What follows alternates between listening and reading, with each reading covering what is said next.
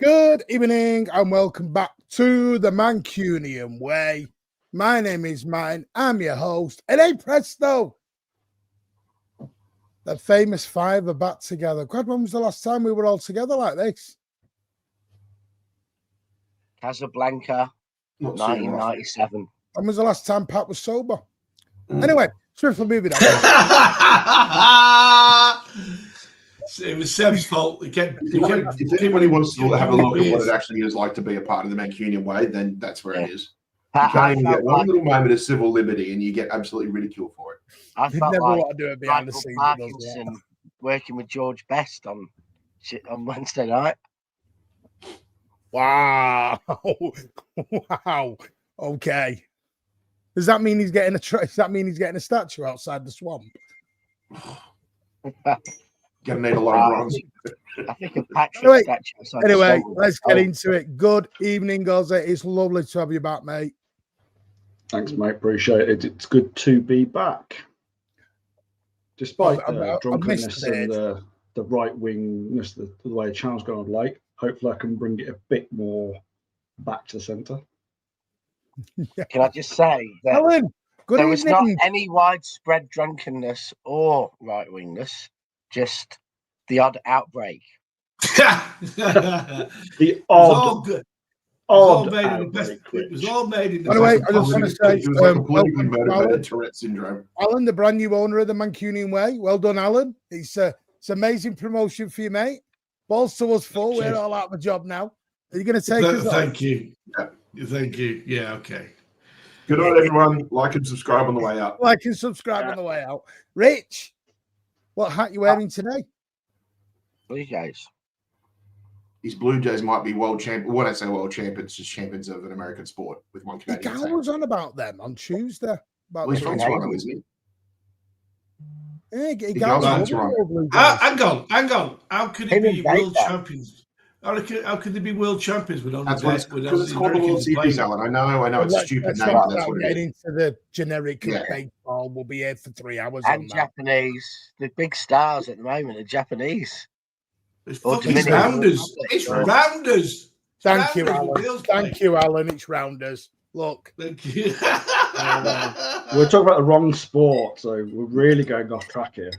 Well, we're going to continue talking about the wrong sport because the Wallabies had a good win against England the other day as well. You got quite. Yeah, you didn't think I'd bring that up, would you? Good evening, Pat. How the devil are you? I'm loving the shirt there, the old St. Mark's Yeah, but full black and white ensemble. I'm doing all right for myself. The only thing is, though, I've said this before, and I've just said about the great win from the Wallabies. About the collar. As soon as I turn this collar up, I look like I'm wearing an All Black shirt.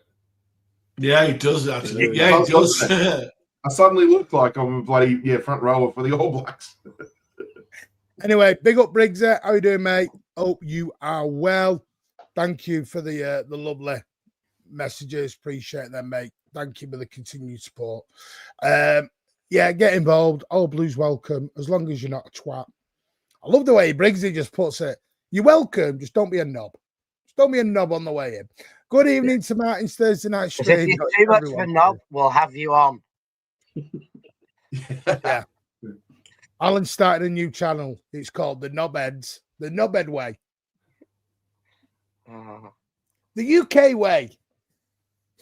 No, not UK. Like Good evening to Briggs there. Big up Mingy Wong. Do you know what I love about Mingy Wong? He always posts nice and early. I put as soon as I got the show on, I know we're gonna have a message from Mingy Wong within about 10 minutes. Big up, mate. Just a random question to any people who go to games in the UK. Anyone going to rugby on Saturday at the new Everton ground, England versus Australia? If you are, let me know. I'll try and come say all right. Nope. I'm not a rugby fan, I'm not going to lie. Bit far from me. Not rugby league or rugby union, but not either of them. It's a bit too manly for me. I have to say, I like I'm both. not going near that. Did they do cheerleaders? Rugby union They doesn't. do cheerleaders. They do. Rugby league does. Rugby league does cheerleaders. I was thinking I'm having another fortnight off. Good night. I like rugby league. I like rugby league. Anyway, FIFA, how you doing, mate? By the way, loving your things on Twitter and X, mate. Keep them going.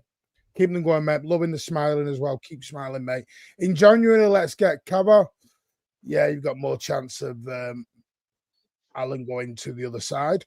Then can we get rid of Sabino? Cherki must start now. Oh, he's here again. 10K. What, subs? Yeah, get us 10K subs. Big up, everyone. Big up, everyone. Hello, DC. How the devil are you? Yeah, make sure you say hello to everyone in the channel as well. Yeah, just ignore it. There's a group at the minute. We're moving on. Ed, good evening, mate. Ed's got the link. He may join us soon. Martin Stalker's banned from here. Hello, Sam. How you doing, mate? Danny, good evening, buddy. How the devil are you? Hope you are well. Yeah, we're moving on from there. Evening, Nick. Recovering from trip Swansea, good in patches, sloppy judds. I was actually gutted I didn't get there because some of the photos I've seen were amazing. Amazing. Actually, some of them had I saw Emily's, saw your Nick. Some of them had a really, really good trip. See what happens when you don't do an away day. We win. We win. Do you know what? We have been telling you. Alan to message me about that. I was waiting for Alan to go, look, you don't go, we win. No, my brother went. Wouldn't take Foden out the middle. No, I thought Foden would get into it. But we're going to start at one place.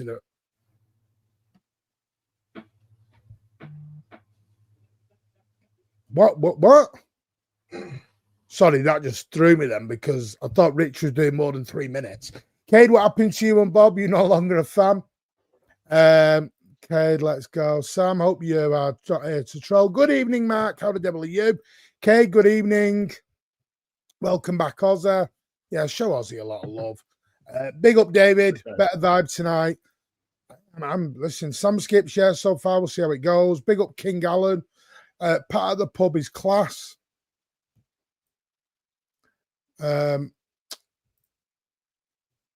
anyone know if Rodri will go away for Spain? So I think we'll know about that in a couple of weeks. I'll tell you what, if he did, we'd be in the same position as we were with John Stones, Martin. Well, you know, can't play for us and then pisses off and plays all international breaks. Up the Blue Jays. Danny, don't start encouraging this Blue Jay stuff. We'll have to start a show weekly to talk about Blue Jays just to get, Rich talking. Recently saw you in Osam TV and Household Lives in Delulu of their own. Yeah, I'm going to have a little bit of a chat on that tonight because apparently Arsenal are now the greatest team to ever lace a pair of football boots, and they're the greatest team ever, and best defense ever.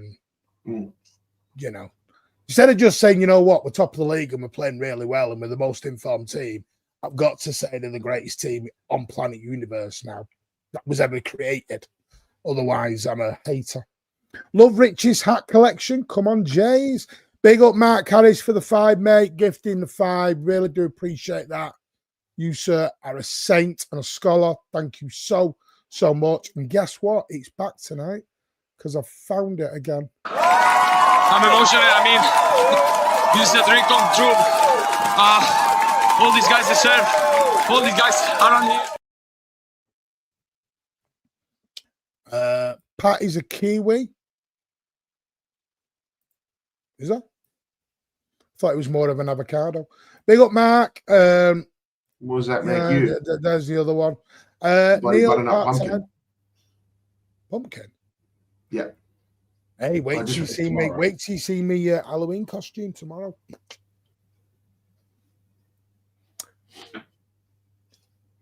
Any hints as to what you're wearing, or is it just you knocking the dust off an old uniform? It is what it is. We moan when we win and we cry when we lose. We cry when we win and we cry when we draw. Yes, we're going to have a very sensible chat tonight, Pardo. Don't you worry. Appreciate your support, buddy. Hello, big up, Matt. Thank you for your membership. Good minutes for Kusha, Ain't Nori, Cherki and Mamoosh. Did you not go? No, couldn't go, mate, because of me father and that. Me brother went. I didn't want to be that far away at the moment, Briggsy. But I'm there on Sunday. B8, the chat and game streams is so negative. Guys, someone told me might no, ignore that. Thank you. You're streaming. See, Vibe, even you're being nice and positive at the minute, Vibe. I like it. I heard a rumour City went away to Swansea. Revenge for Boney at last.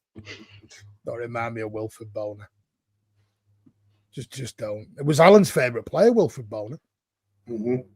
I don't think so. Have I put my Christmas tree up? No.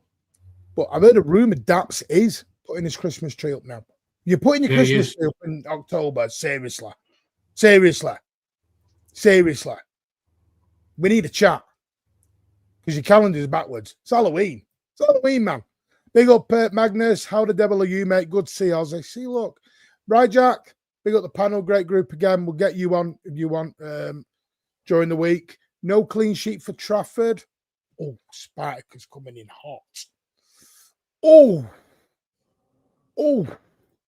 Yeah, and it wasn't Trafford's fault. It was a great goal. It actually was. It was a tremendous goal.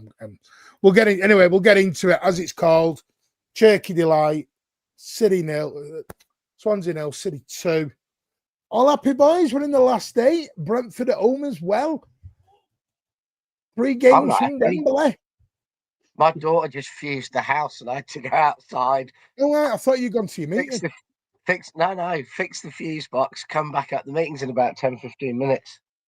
Fix the fuse and then find another Wi-Fi source whilst the whole thing reboots. At least it wasn't raining. Go on.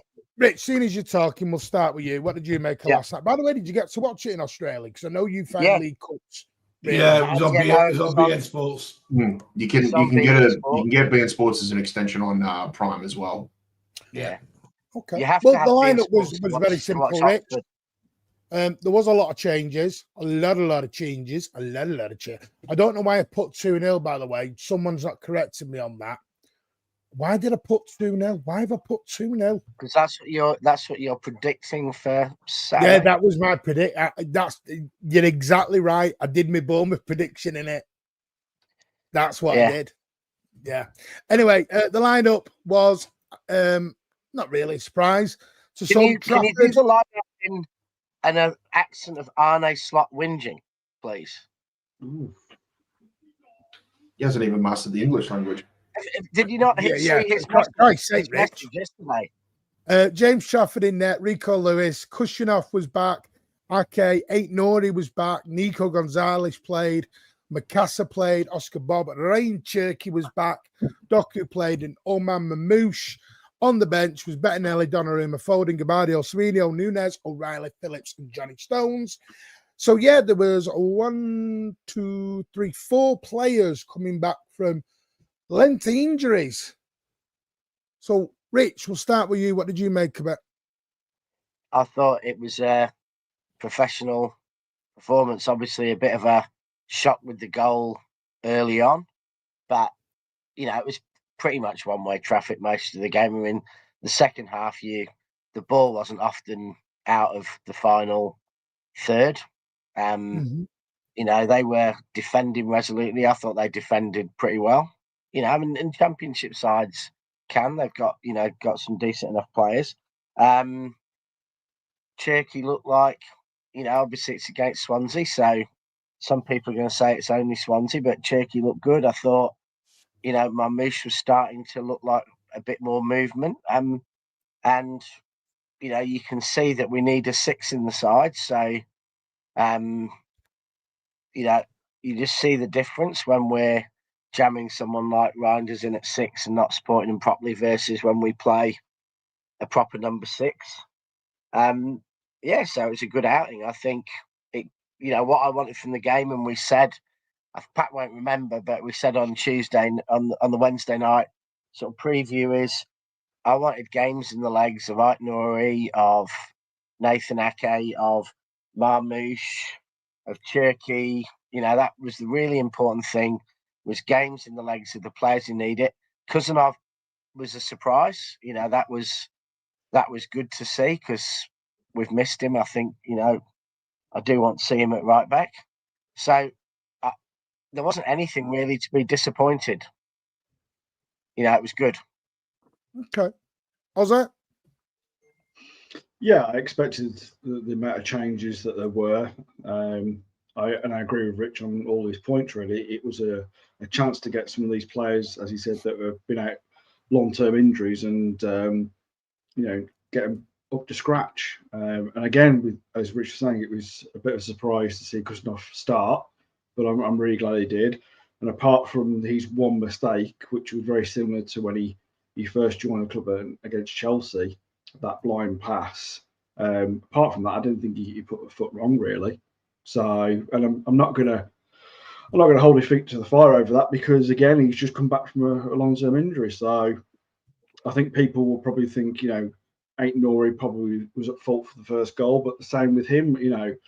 He's just come back from a long-term injury. So, I was happy with the lineup, and happy with the result. No. Alan? Happy with the result, obviously. Yeah, we won. I thought first half we were shocking. I thought quite a number of players in the first half were, especially our defence, were miles off it. Kuzanov looked shaky as hell, in my opinion, in the first half. But when Phil Foden came on, we played really well. And Cherki played well. He really opened him up in the second half. Well, I thought Mamouche... Yeah. Hang on. Mamouche... No, we're going to agree. Mamouche was a bit iffy until he scored the goal, which was a cracking goal.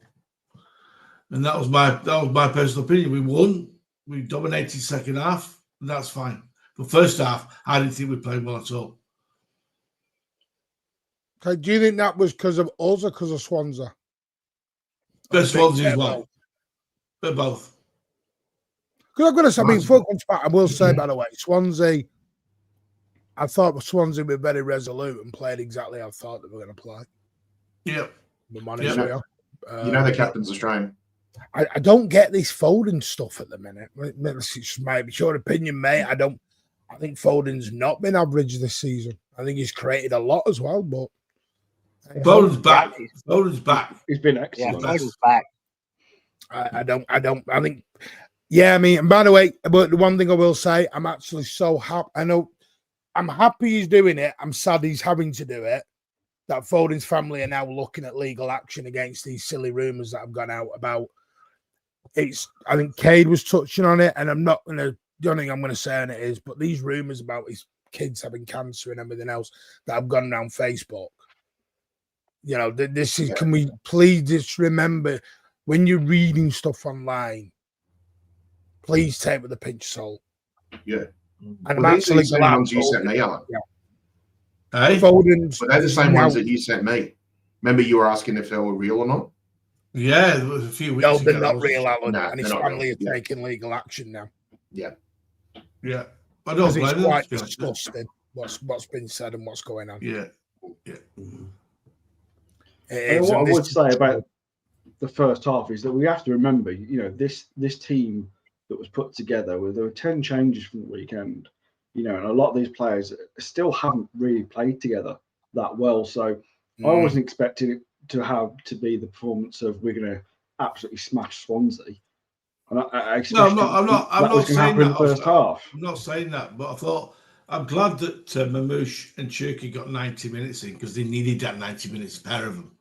Yeah. For them to stand a chance of playing at weekend, they needed to have 90 minutes in the legs, which was good. Because people, criticise some of these players. You got to remember they don't have a proper pre-season. So the ones who got injured a couple of games into the season, it's not like a 6-week injury. It's more like a probably 3-4 month injury because they've got the pre-season to get into their legs and the season because they were never close to full fitness. So, I think his pre-season was something rich. I think was that Cherki. Yeah. I know he's been on the bench and he's people forget Cherki's been out for 8 weeks. That's his first 90 minutes. We're only 10 games in and he's missed 8 of them. Mamouche went out for God knows how long. It's not and as they never did a full pre-season. So they were never match fit at the start of the season. So they've had an injury at a level of fitness below where they'd be. So they've got further to climb back. And that's why they desperately need the games in the legs. And it's quite hard when you've just got Premier League and Champions League games. Players need legs, but you don't want a pre-season friendly game from your players, in an important match. So it's hard for them. Not a crime, mate. It was a worldy goal. Let's give Swansea a bit of credit. It was a worldy goal. Ain't no, he was piss poor on the tracking, but again, I'm putting that down to his fitness and everything. Because I thought there was I think in the emotion of the game, we all got, the piss poor, the this. I'm covering Pat's face. The piss poor, the this, that, and the other. And I think we forget is, like you just said, they hadn't played for 8-9 weeks.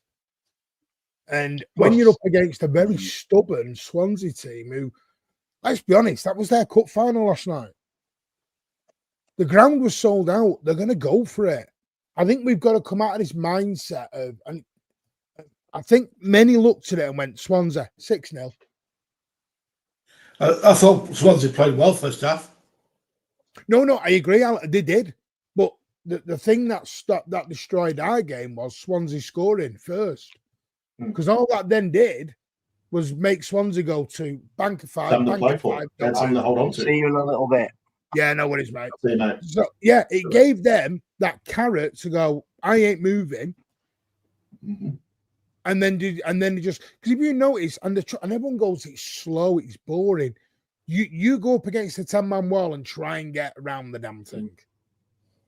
Yeah. And remember, you haven't got the big man anymore. You haven't got 6'7" Norwegian raw milks drinking, T-bone tomahawks, eating Haaland up there, who's going where you can dink balls over the top now.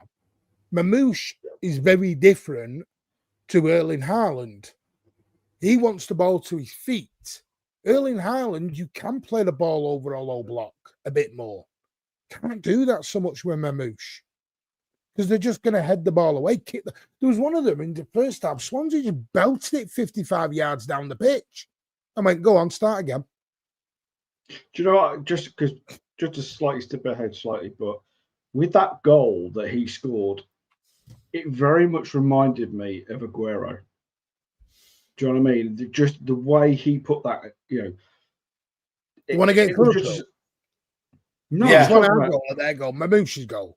Mauritius guy I'm talking about. Oh, yeah. The Aguero one. Put it in the roof. Yeah, exactly. And so for me, we've been hearing a lot from the media and other fans, saying if Haaland gets an injury, we're done for. There's no way we're going to be challenging for the league. I just don't agree. You look at Mauritius, and I think he's sensational. I think he's been excellent since he's come into City. And I think, for as long as he stays fit the rest of the season, we've got another way of playing. Do you know what I mean? It's not just the way we play Haaland, but we've also got someone who can give us a completely different way we play, which, as you were saying, feet, ball to feet. So I think it only adds the quality to this team having Mauritius. Absolutely spot on. And for me, I look at the team, and you look at the match stats, by the way. They had 2 shots, 2 on target. One of them was a worlder. 24 shots and 6 on target. Now, when you look at that in the cold light of day, you think, piss poor that. 6 shots in target. But if you actually watch the game back, how many of them shots were blocked into just crowds? You couldn't go anywhere because of the way Swansea had set. Our first goal was a deflection. Yeah, I keep saying low block. Do you know why teams do low block? It works. You just went Yorkshire there for a second. Yeah, I know that's big caveat here, but low blocks work, people. Sit low block. Yeah, action. I don't get, Matt, it was bad. No, I don't think it was bad defending. I think it was a worldy strike. I think it was bad defending from Mike Nori in a lot of respects because he lost his man, but he's coming back from an injury. I don't expect him to be match fit and completely on it. So, and 2 keepers are not saving that. Let's be honest. It was top of the corner, and it was no keeper. Yeah, you're right. Yeah. Donnarumma's not saving. No keeper is saving it. Raya, Donnarumma, no one's saving it.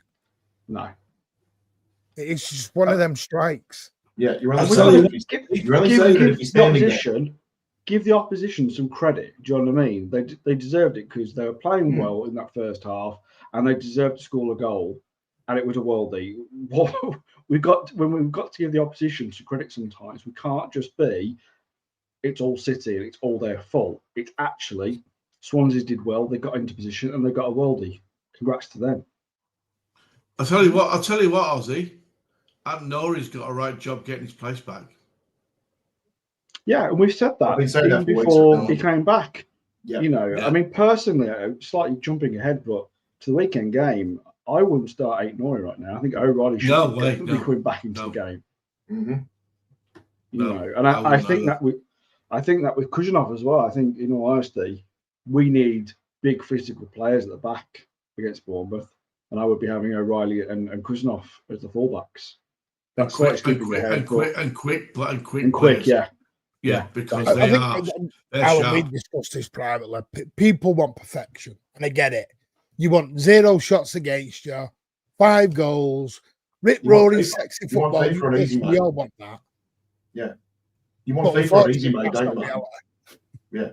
The thing is that we as a club and as a manager and as players on that pitch, we've set such a high standard. We've set one of the highest bars that this league has ever seen. For the records we've broken, for the cups we've won, for the way the opposition teams have had to compete against us, we have put that bar so high that now other teams are able to start bringing in quality players, have had to bring in more and more quality players just to compete with us. So we have to remember that this league just gets harder because it's not just the Arsenals, the Liverpools, the Chelseas. It's mid-table teams can now sign quality players. This league has probably never been as hard as it has been since it was formed. That's the way I look at it right now. Cade's doing a Aussie jumping way ahead. He's giving me the Bournemouth lineup. We'll start that and come back to it, Cade. Appreciate it. 8 years an alpha defender. Let's have it right. I think he needs to improve in his game. Yeah, I do. The trouble is, and I've had this debate on fullbacks forever. Good evening, Ed, by the way. The trouble is, fullbacks aren't fullbacks anymore. Well, not the traditional. No, they're not. I think the fullbacks are now. This is, I think, part of the issue. You know, you can go through a lot of fullbacks. You look at Timber and with Arsenal, they tend to have fullbacks who just defend, like to defend.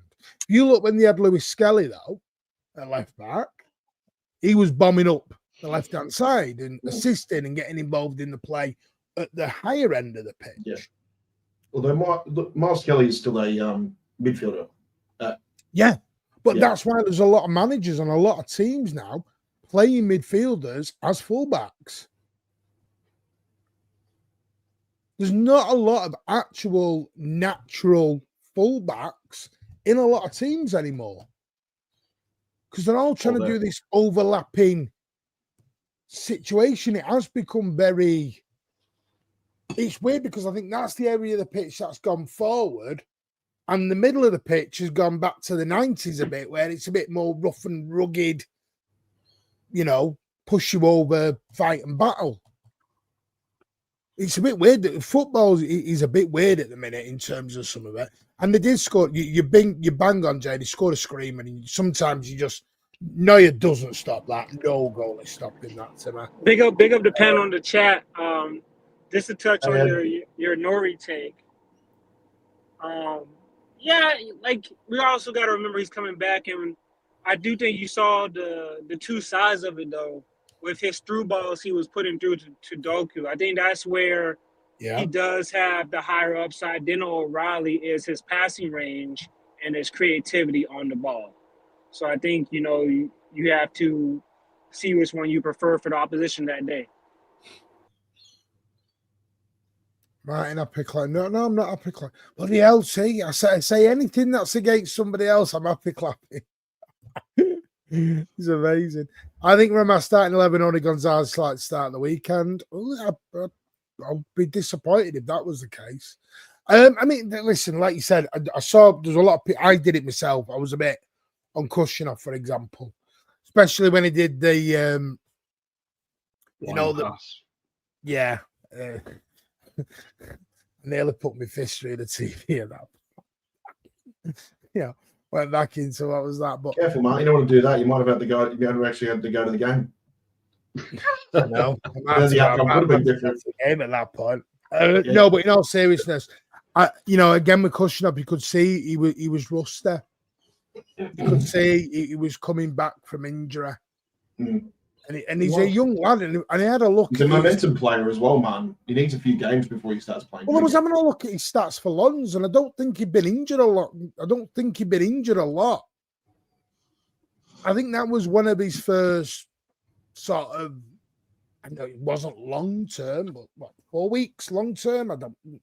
He's had a reasonable amount of time off, yeah. Time out, yeah. You know. And that's why I think it was fine. I thought he did okay. Yeah, could he improve? Of course he will. Again, match fitness.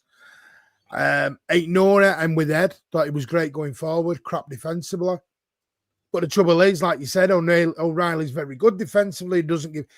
It's, you know, we're back to the old thing. Are they fullbacks? Are they wingbacks? Are they defenders? Are they not? And Liverpool are trying to figure that out with Frimpong and Cherki right now. They do, you know, they're great going forward and can't defend themselves anywhere. So I don't know. I suppose that's just, you know, pick your choice. Timmy disagrees with you. Ozzy, that's the past. What we're doing now. But the past has what Ozzy's point was, and I'm not speaking for you here, I'm just guessing. What Ozzy's saying to me is that because of the expectations that have been set, that's what causes the reactions now. People aren't reacting to the games based on just the games. They're reacting on the way we have been in the past. And they want us to go back there. And also, I think there's still a slight hang-up from last season. I think we're still... Some of us will just suddenly kind of, in the back of our head, will be like, oh, you know, because when we lost against Villa, I think a lot of people were thinking, oh, God, are we starting to see the the performance from last season? Is that starting to creep in? And I wouldn't say it is. Ozzy, do you get the sense that during every game we play, there's always something that happens in a game where it's just like, I've just had a bit of like a bad pass or a bad challenge or something, and or dispossessed in the wrong part of the pitch, and you just automatically have a PTSD with something that happened last season. Yeah, I think, and I'll put my hand up and say that's happened to me on a few occasions this season so far. But I know there'll be a lot of fans out there who will just, Would you call Nunes? I don't think Nunes is an old-style fullback. Nuno Mendes, whatever his name is. Mendes, not Nunes, whatever it is. He's an old-style fullback. Mm. Yeah, no, I agree with you, Pat. I think there is a lot of PTSD still there for a lot of us. And I think, like you said, if we're all being honest, I think we all feel that at some times this season. It sneaks back in. Quickly kind of going on to Villa. Because I haven't really said, because I haven't been on, but for me, that was a bad game, and it was a game where I felt that we were beaten before we even got on the pitch, because I just think the players just really didn't turn up for the occasion. They let the occasion get over them. Do you know what I mean? They let the kind of what's happened before over the last few seasons get to them before they walked on the pitch. So you need to have that mentality of, no, we're going out here and we're going to win this game today. We're going out there and we're going to put everything. We're going to leave, our shirt on that pitch. And I didn't see that the weekend. So I saw that though last night, and that was from a completely different set of players. Do you know what I mean? Because now that we've got such a fit squad, we've got a lot of players coming back. That now you've got other players that we've been criticising over the last few weeks that are going to, struggle to get possibly back into the 11, which for me is a good thing, because that's what we need. We need to have certain players who are automatically starting. We need to have them to go, actually, there's a guy who's just come back, from injury, and actually he's put in a better performance than you have done in the last few weeks. So, you want to get back in the starting 11, you need to turn up. Yeah. Big up Cornelius, by the way, for the 16. Thank you, mate. Appreciate that. Your support is absolutely marvelous. I'm emotional. I mean, this is a dream come true. All these guys deserve. All these guys around here. Yeah. Right. I want to move on to a couple of other things that I thought was actually very good last night, and I hold my hands up. I gave him stick. I know you're all going to enjoy this, and said I had an agenda and everything else, but got to give Nico G a little bit of praise now. I know that He's was seen the light, ladies and gentlemen. Martin has seen the light. Yeah, I finally was basing things on evidence that was presented to me at the time. Behave. You had an agenda. Has he proved me wrong? 1000%. And you know what? I would love every player to prove me wrong. How's that humble pie tasting, mine? How was it? Jesus Christ, humble pie. Alan, come on, Nico J. You've got to give him credit now. Even Pep said he's starting to become a. What the world? He's got something about him that I like. First of all, he can tackle, which the rest of our midfield can't, but he can. I was waiting for a Saki comment when you said that, actually. I don't know why. No. He's good for a There's only him and Rodri can tackle. Let's face it, in our midfield. The rest of them can't. Okay. He's really improved since Pep's got hold of him and coached him and how to play that number 6 role. Where everyone knows that he's not a number 6. So, but he's done very, very well. And we look far, far better when he's in the team and when he's not. When he's up, when he didn't start at Villa, we were shite. When he came back and played it in the second half against Villa, we looked a lot better. So, I thought he was out for 6 months, though, ITK. Hey? Thought he was out for 6 months, ITK. Well, he could be if you have your way, because he wouldn't be picked. So, yeah. You went on the South Stand. He's out for 6 months. He's got I did. Got a bit of a clanger there, didn't you, Alan? Yes, and I'd like to say how long's going to be after 6 months of this channel, but he just bought wait till he gets to the Rodri part. Wait till the Rodri news starts coming out. Then he'll be like, then he's 2 for 2. Then. Well, I've had the wind up this morning because your good friend, my good friend. Yeah, your good friend. I have no friends. Everyone hates me. Your good friend has been saying that Rodri's turned down another deal, which is obviously all bullshit. So he's turned that one down, and he's now saying Pep and Pep are arguing with Bernardo, and they all could leave at the end of the season. So they're all out then. But who's turning the lights off at the end as well? I don't know. So I'm not lying, mate. He says I'm not lying. Jesus he sat Christ. there laughing his head off though when he's sending that to you. I know this is what he's saying. I'm saying, wait, what the fuck are you saying? Yeah. Yeah, Ed's having issues at the moment with his internet. That's why he's in and out and all over the gaff at the moment. Pat, Nico G. Looking more and more comfortable every time he plays in that role. Been saying it for the last few weeks because I know like agendas get in the way. Yeah, look, it's for me, Nico G. You know, we're not asking him to be Rodri. We're just asking him to do a job as good as what Prime Rodri did, and I think he's doing that right now. Yeah, and you see how much the team transforms when we've got a good, or not necessarily a good 6, but someone who understands the role. And if he's not understanding the role now, he's at least comfortable enough to know what his job is for most of the game when he plays. So big up to him. Just whatever Pep's doing after every game, getting in his ear, it seems to be working. So let the kid play. And when Rodri's ready to come back, it's still going to be good. Hopefully it's in a position where it's good, healthy competition between the two of them. But at least I know whether Rodri can't make it on the pitch, I know there's at least another good Spanish midfielder who can do just as good a job so far. So have those. Yeah. Listen, you've all proved me wrong. There was no agenda. It is what it is. Listen, I'll get my revenge when the Savinho loving comes in. Don't want to. Right, another. Whoa, hang on a minute. I might say yet. I know you don't want to come to me because for the last 6 weeks, all I've said and all I've been saying is Nico is a quality player. Give him time, and he'll prove himself. And I was right. You were. So I said it from when we signed him in January. Aussie, I said, give the man time. You don't become a good number 6 overnight. No, and especially in this team with this manager. Do you know what I mean? It's just not going to happen. And not there's just people there run around with fake Yorkshire accents on saying that he's not up for it. I should have learned after Plodry. I should have learned, shouldn't I? You really should have. I mean, you were questioning, if Pep's going to coach him on the field. So you're saying you're now going to tender against Rodri? Alan has. He's gone from Plodry to Rodri to Godri to Sodri. Oh, big up, mate. Big up. Yeah, we might bring them. That's Martin's progress on him, aren't you, mate?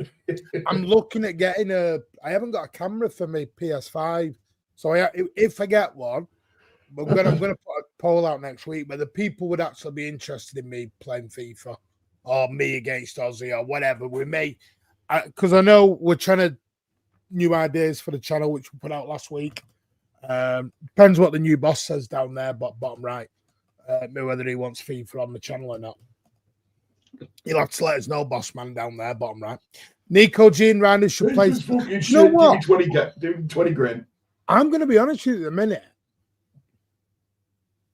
And this was a discussion that got had. Would anyone like to see a combo with Rodri, Nico G? Yeah. But Nico G is the 8 and Rodri is the 6. I don't think it matters which one decides to go forward, because we've always said it before. Prime Rodri was a number 6 who could still play an advanced 8 role when we held the ball. That's a great point. So you could alternate between the two. It was like when we had the 4 in a row season, when Kovacic, that second half of the season when Kovacic really came into his own. Kovacic had such a hand on the how the 6 role worked that it gave Rodri so much more liberty in the midfield and able to play and come forward and be the threat that he was. And I think if you did that with Nico G, and it doesn't matter if Rodri stays back in the 6th role, Nico goes forward, or it's the other way around, I think it's a good combination to have. It's definitely a combination that I think I'd like to see. You know, going forward. Read that, you can read that one. Oh, go on. Go on, it's on screen. I'm letting you read it.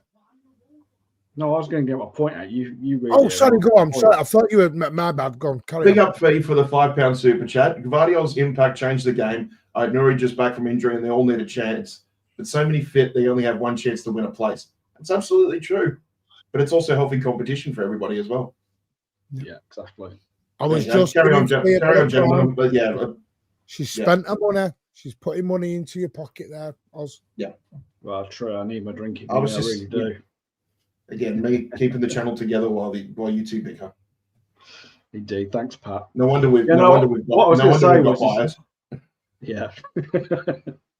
No, what I was going to say is that I think, yeah, you're right, Pat, that, you know, I think you could see Rodri and Nico play together. I think at the moment, again, going back to kind of last weekend's game and kind of how he's been, you know, Reinders has not really kind of slid into this team like I thought he would have by now. And I think there's some serious questions for himself really in this team, in the starting 11 going forward. Because I think if both Rodri and Nico are fit, I don't think he'd start at the weekend for me. Do you think, though, the fact that we didn't have a number 6 put Reinders under a bit more pressure against Villa? I think once you have Rodri, once you have Nico, whether one can play or both can play, I think it just gives Reinders a bit more freedom to do what he does, and that is play an 8 role and a more advanced 8 role. Yeah, it does. But the problem is, Pat, is I don't think he's been doing it. I just don't think the quality's been there for him the last few weeks. You know. Yeah, and I agree with you. I think he just seems to take too much time on the ball. But then again, we've seen that before when players have come from other European leagues as well too. So I think Reinders just needs to take some time with it. And I think the good thing is because he's 27 years old, I always said like that's usually an age where your football brain comes in as much as your body comes into the game. And I think sooner or later he'll figure it out. He won't be the sort of player who takes like a season or more than a season to figure it out. I think by the time the new year comes around, I think Reinders will have a grip on what his role is at the club, and then we'll go from there. But again, if we've got no 6s playing with injury, then you're asking a lot of someone who is not really well versed in that role. Yeah, I mean, that is what it is. Yeah. I was just going to say the other kind of formation I think we've all been wanting in that midfield is either Rodri or Nico in that 6, and then Foden and Cherki as the 2 advanced 8s. Do you know what I mean? That's another kind of thing that we've all been kind of wanting to see. I think there's another possibility we might see that as well. Sorry, yeah, Martin. I mean, yeah. Do you know? By the way, people asking me about the Rod. No, it was summer that came out. Was all on some of the media stuff. They've sat down with Rodri. They've offered him the contract, and up to now, they are confident him and Foden are both going to extend. So we'll see. And Ozzy knows where that's from as well. Yeah. We're just speculating at the moment, but do you think, because I think a lot of fans get a lot concerned about once a player's contract gets behind that less than 2 years before it runs out, then it starts becoming the control of the player. But do you get the sense that Rodri, you know, we know what Rodri's right. Rodri's a very sensible man, but do you get the sense that like maybe he's just more concerned about making sure he gets his body up to speed and is able to play again before he considers a contract? Or yeah, it's also this is potentially his last big contract, isn't it? As well, like he's at that age now where you know it's 29, isn't it? Yeah, he's 29 and he's approaching 30. So yeah. And I think that's probably the question mark, isn't it, really? Is that his injury and his age are working slightly against him in the respects of is that City privately might be thinking, do we really want to offer him another contract just in case he doesn't come back to anywhere close to the player he was? Because if we give him another 4 or 5 years and then he doesn't recover, and then we're paying him, I don't know, just I would say, I don't know if it is, but 400 grand a week. And then they left lumbered with that. As we've seen so many times with lots of other players. I think there's only one place he can go. I don't think Barcelona will have the money to get him out anyway. I think it's Real Madrid. My question is then, will Real Madrid pay any kind of money for a 29, 30-year-old?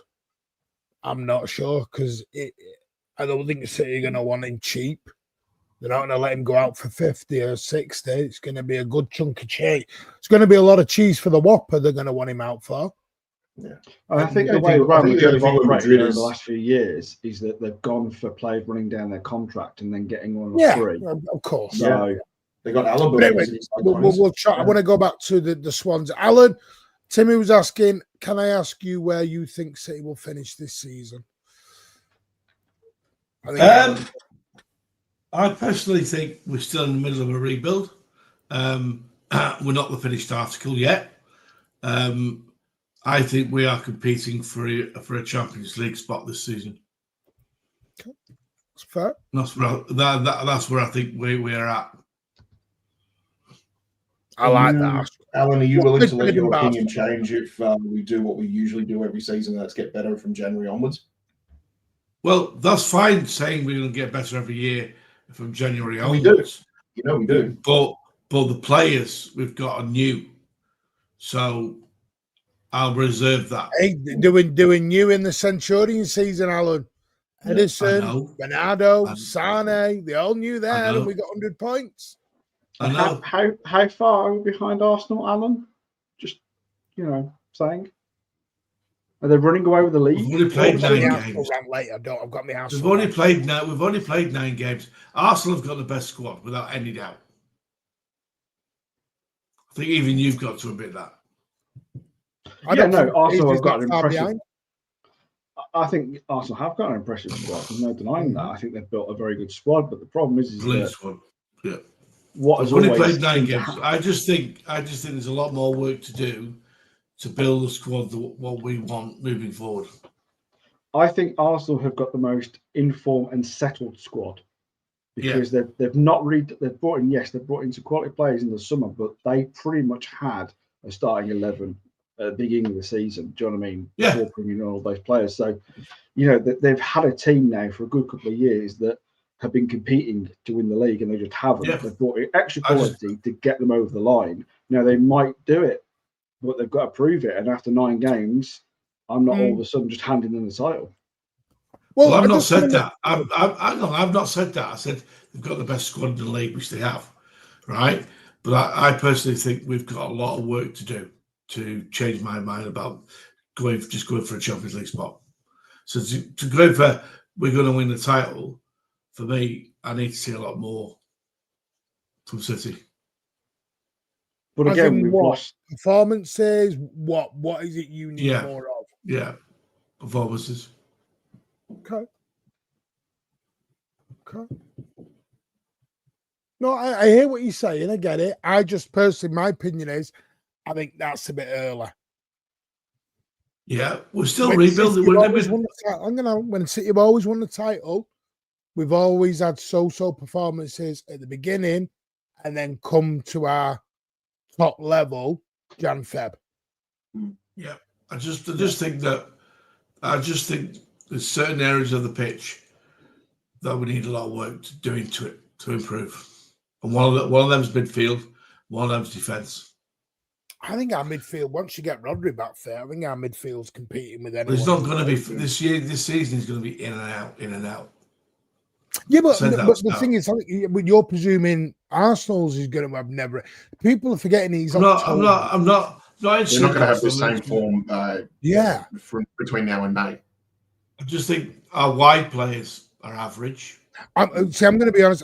Just me. I think too many are buying into this Arsenal fan hype. We'll get into it later on when we go into Bournemouth. I think there's too much. People are buying into the Arsenal PR at the minute. Yeah, I know they are, but they are a good side, mate. But so are we, Alan. That's why, apart from before Villa, we were on the exact same run as them. And if we go back to the game, I think one of the I wanted to talk about this, Ozzy, about Cherki. Well, that was what I was about to move on to. I was about to say that if we go back to the game, we look at Cherki, man of the match. he was man of the match for a really good reason. He was phenomenal. And I'm sure most of us will probably talk about how good he was on the ball and, you know, that goal he scored. But I'd like to just kind of talk about quickly his performance off the ball and what he did out of position and what he did, you know, going back and, you know, collecting the ball. You know, I thought he very much reminded me of a performance of Bernardo Silva when he was back in his prime. You know, he really, you know, I thought he put in that performance of managing the game for the squad, in all honesty. You know, he was making motions to the rest of the squad at times where they were kind of really trying to kind of press hard. He was like going, no, slow it down a bit. Let's Swansea get back into the game, get into position, and we'll just work a way to, you know, get round them and score a goal. Alan's got a that's job. what I was really impressed with. Big up, Alan. So, thanks mate. for your time, mate. No, I've got to go. I've got work to do, guys. Sorry. It's a bit harder for some of the Aussie lads now because now we're at 11 hours and this is going into their working day. So they won't be on all show, some of them. All right. See you guys. Cheers, Alan. See you, boss. Do you know what? I think it is. I think we're trying, for me, Predator, I think we're trying to find problems that for me are not problems, they're options. Yeah. So we've just discussed about the Nico G and the Rodri combo. Well, we had KDB and David Silva in the same team. Why can't you have Cherki and Foden? Because last night, when you had Foden, Cherki, Mamouche, we were brilliant. We were moving. And that's what I mean about those three. Because those three were different and you're not trying to dink balls over the top to the big man or play the ball in front of him behind a low block, you can play the little intricate passes. And that four combo of Gavadio, Foden, Cherki and Mamouche was exceptional last night. And I don't think, and Swansea, you can low block against that, but the ball was being moved so crisply and so quickly, they couldn't adjust to it quick enough, which is then when you find the spaces in behind. So I don't think, I know people look at things as a problem, but it's something Andy at 9320 Podcast has always said, and I totally agree with him. It's different keys for different locks, but they're not going to play 70 games. We can maneuver in and out of things. And that's why we have players that can play in several positions. And that's why I think our squad's not as bad as people think it is. I think it's a lot deeper than people think it is. Yeah. And Martin, just saying, like you said it, like the way we sort of played yesterday with that sort of, you know, false nine that wasn't really a false nine, but you know, you look at that and you think, well, if these players can get into form and play well, you know, when they play together, if Haaland gets injured, Haaland gets suspended, if he needs to be rested because he's been playing too many games to make sure that we win, get on a winning streak or something like that, I'm looking forward to any sort of matches where we play a false nine. Because the midfielders will be able to play some fantastic football. And when we got a little glimpse of that in terms of what Cherki and Foden were able to do. Yeah. Yeah. I think sorry, just to double check, by the way, people asking prediction league, which I will show you is before the end. Nobody got anything this week because we all said City would win, except Alan, who said we'd draw, so we got beat. And no one predicted we'd get beat. So everyone is where they are as they speak on the prediction league. So that's why I've not shown you anything up to now, because I'm sick of seeing Rich and Ozzy at the top. Upsets me.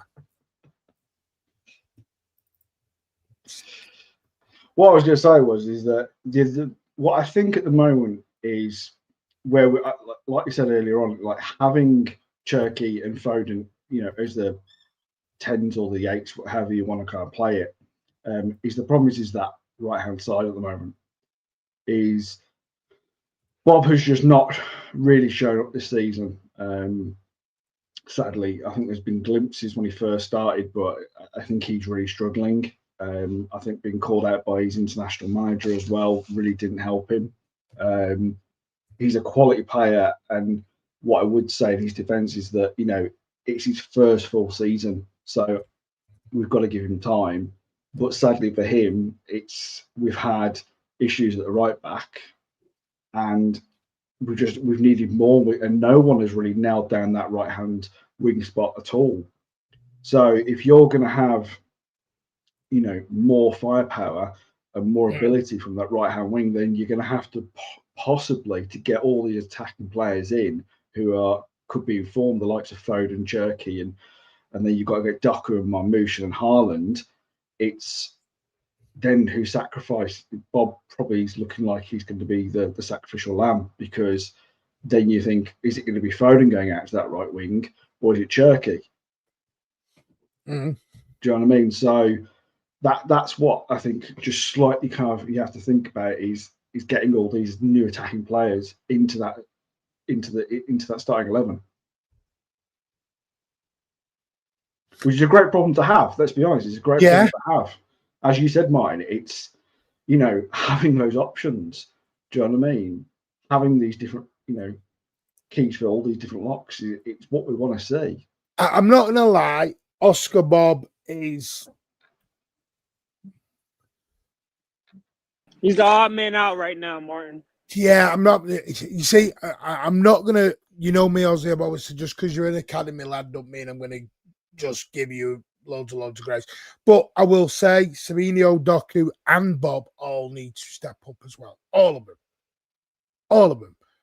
And I think Doku had a good game last night, if I'm honest. I mean, yes, he got the goal. Yes, it was deflection, but that's he not got a himself. Goal. Piss off! You can claim that as a goal. It is a goal. It's a deflection, Mike, but it was going to the goal. Yeah, deflection. Just for the record, the deflection came off an Australian defender. So how do you think I feel? That's claiming it for Australia. Yep. Wait, that's what I was trying to get Martin, you said, no, I'm going to ask you a question, Martin. Did Swansea defend well? Did Swansea defend well? I'm not going to lie. The captain was Cam Burgess, an Australian. Is he going to continue slagging off Australian footballers? Yes. Of course he is, but no, I'll be honest. I think. Listen, I will give Doku. I've said I'm giving all the wingers to the end of the season. That's just me. Some will disagree with that. That's fine. I just have more patience. I'll give them all. Do I think they need to do more? Yes. My issue is with the wingers is the system doesn't suit their play style. Doesn't, because the trouble is Savinho and Doku are byline wingers, as I call them. They're byline wingers. What I mean by byline are your Peter Beagries, your Nicky Summerbees, your Damien Duffs, your Aaron Robbins, hit the line, hit the thing, ball across. Sterling Sane wingers. Martin, I'm sorry to cut in here, but I kind of disagree with you because go on then. Doku best form for club and countries on the inside, and Savinho likes to cut inside on his left foot. Is that the coaching? Are the coaches telling him to do that? Because it doesn't make sense for you to do it 4 or 5 games in a row and just magically stop doing it. It doesn't make any sense other than it's instructions. And when Savinho is on the right, he likes to cut in on his left, which brings him more central. So, are you joking? Are you being serious? It's 16. Is that real? No, I don't think it's. No, it's the week commencing the 15th, but I don't think it's been officially announced though. That's freak him away. Hang on. I'm in Prague. Nothing wrong with that. It hasn't been announced yet. I've just checked. No. They don't usually announce it until like about 2 or 3 weeks out. Yeah, because they're still adjusting all the.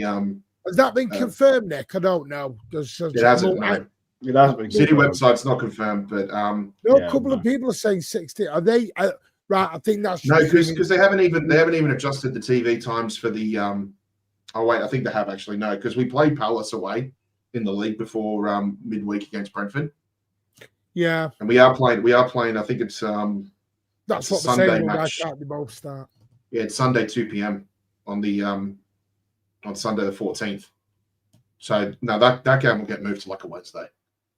Whatever the Wednesday is. See, Pardo, I slightly disagree with you here, mate, on this. I think we have dramatically improved at the back. I think we have. Oh, at the back for sure. Yeah, we definitely have. You look at the induction of O'Reilly, you know, I think he's been excellent. I think Diaz and Guardiola have been solid. Donnarumma. I prefer Guardiola in a centre back position. By the way, I think he's amazing in centre back.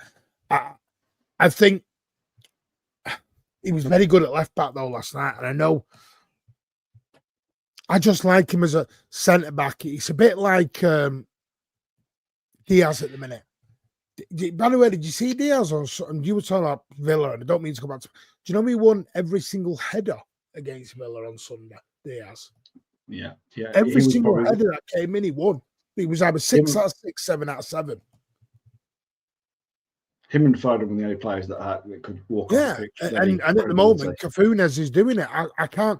You were asking about people coming back in off the team. I can't drop Cafunes right now because Nunes has been outstanding for the last few weeks. Same with O'Reilly. I do think you've got to earn your place in this 11 right now, and I do agree. As much as I've defended and I've backed, and I will because I back all City players in a blue shirt. That's me. I'm sorry. They do need to improve, yes. And I don't mean goals. I think they need to improve their playing, the way they're going forward. I think Bob and Docu and Semenyo will give you all the running all day long, and they'll look great running down. What I want to see what you're doing with it at the end. I'm not that bothered about goals. And for me, as a winger, I'm sorry, I am more bothered about assists than I am goals. That's just me. I want my wide men to assist.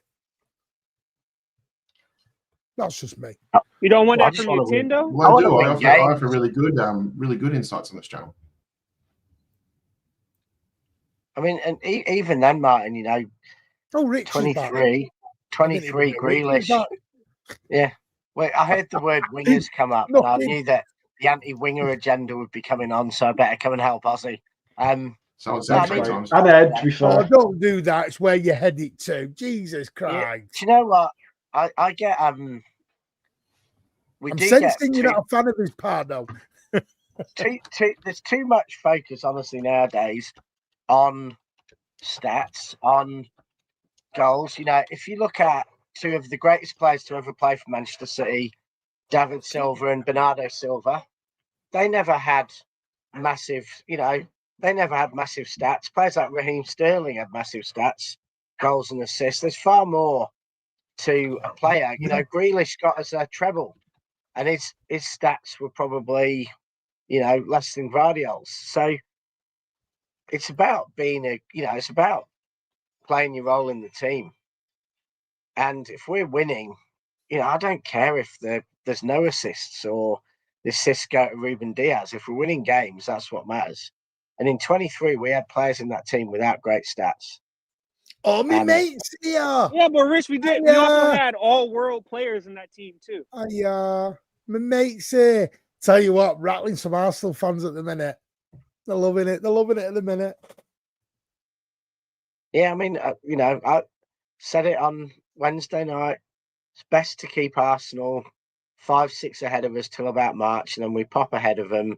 And then they'll do what they'll always do. They'll find that banana peel. Yeah. They'll slip on it, and they'll go where they go. Well, they'll go back to when we'll know whether Arsenal have a chance of winning the league is when they come to the Etihad. Is Arteta brave enough to try and win the game? If he is, then maybe they've grown mentally and they can win a league. If they don't, like they did it, they showed again at Anfield this year, didn't really want to win the game. I think then they won't win it. You've got to want to win. You've got to be brave to win. Who was your man of the match yesterday, Ozza? I already said it. Who was it again? Sorry, Shemai. Cherki. I can't disagree with you. Pat? Start to finish, he was excellent. Yeah, Cherki. Rich? Any advancement on Cherki? I'll go Cherki as well. Cherki. The fans. What a magnificent away crowd that was yesterday. No, it was Cherki. No, but big up to the Blues, by the way. That's what happens when Martin's in trouble. One game I don't go to. Yeah, we win. Just because you come on a stream sober for a change. Anyway. That's it. Is that water in there? Have you got something else in there? No, it's Fireball.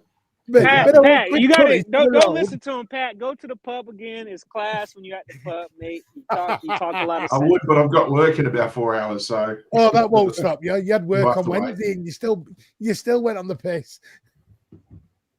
Is this not work to you? Cheeky bugger. That's what this workplace does to me. As co-owner of the channel, look how he's doing it. No, yeah, Cherki was fabulous. Which brings me on. Brentford. He's fine, isn't he? He wasn't. There's no injury to Cherki at the end. It was just cramp. Yeah, just cramp. Yeah, just He cramp. was actually laughing. He was laughing while I was stretching his leg.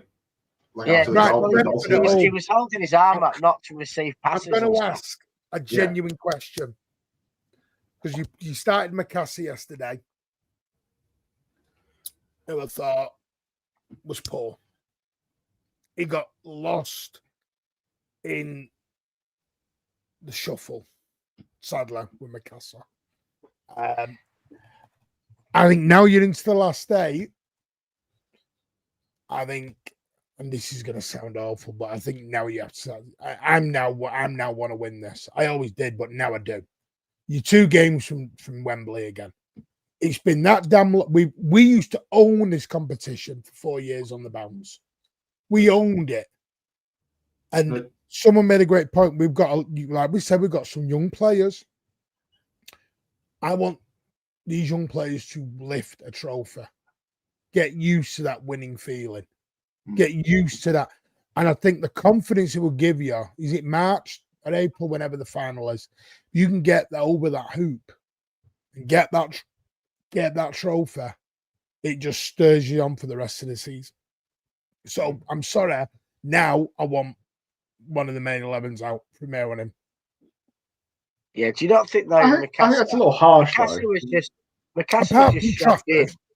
Yeah, McCassie was just shoved in. You know, he picked the sort of 6 players he was going to play up front and in midfield, put everyone in their preferred position, and stuck McCassie in the 6th. That's how I felt with him last night. I felt like McCassie was just put him. Yeah, I think he was played at. He was done a disservice. Yeah. If McCassie played in the front 3, or as a false 9 or something, still be on. Yeah, I'm not saying discard him completely. Neil, He was almost playing centre midfield, and he's not a centre midfielder. It was just I thought that was unfair on him. He is a 10, Rich. He is a 10. He was a 10 in the academy, But he was being played more like an 8 or something last night. Saying that, Oscar Bob was at a 10 in the academy, and he's playing on the right wing all of a sudden. So was O'Reilly. Yeah, and I think that's what happened with the goal, because he's not used to playing in those defensive positions, and he didn't track that runner into the box. And I think it's expected. He's not used to playing deep. Hope you got an offer, Pat. I'll buy your channel and promote you toast. You can do what you want then. That's an Alan I can work with. He's only offering 10k. Not enough. You got to add a couple of more zeros on the end of that, Alan. Yeah, and you'll have to sign a document, Pat, about not drinking within 24 hours of a show and various things. I'm not sure you'll like the rules that are going to apply in this new regime. Something is with this Alan guy. I don't think he realised yet. People watch this for the people on the show as well.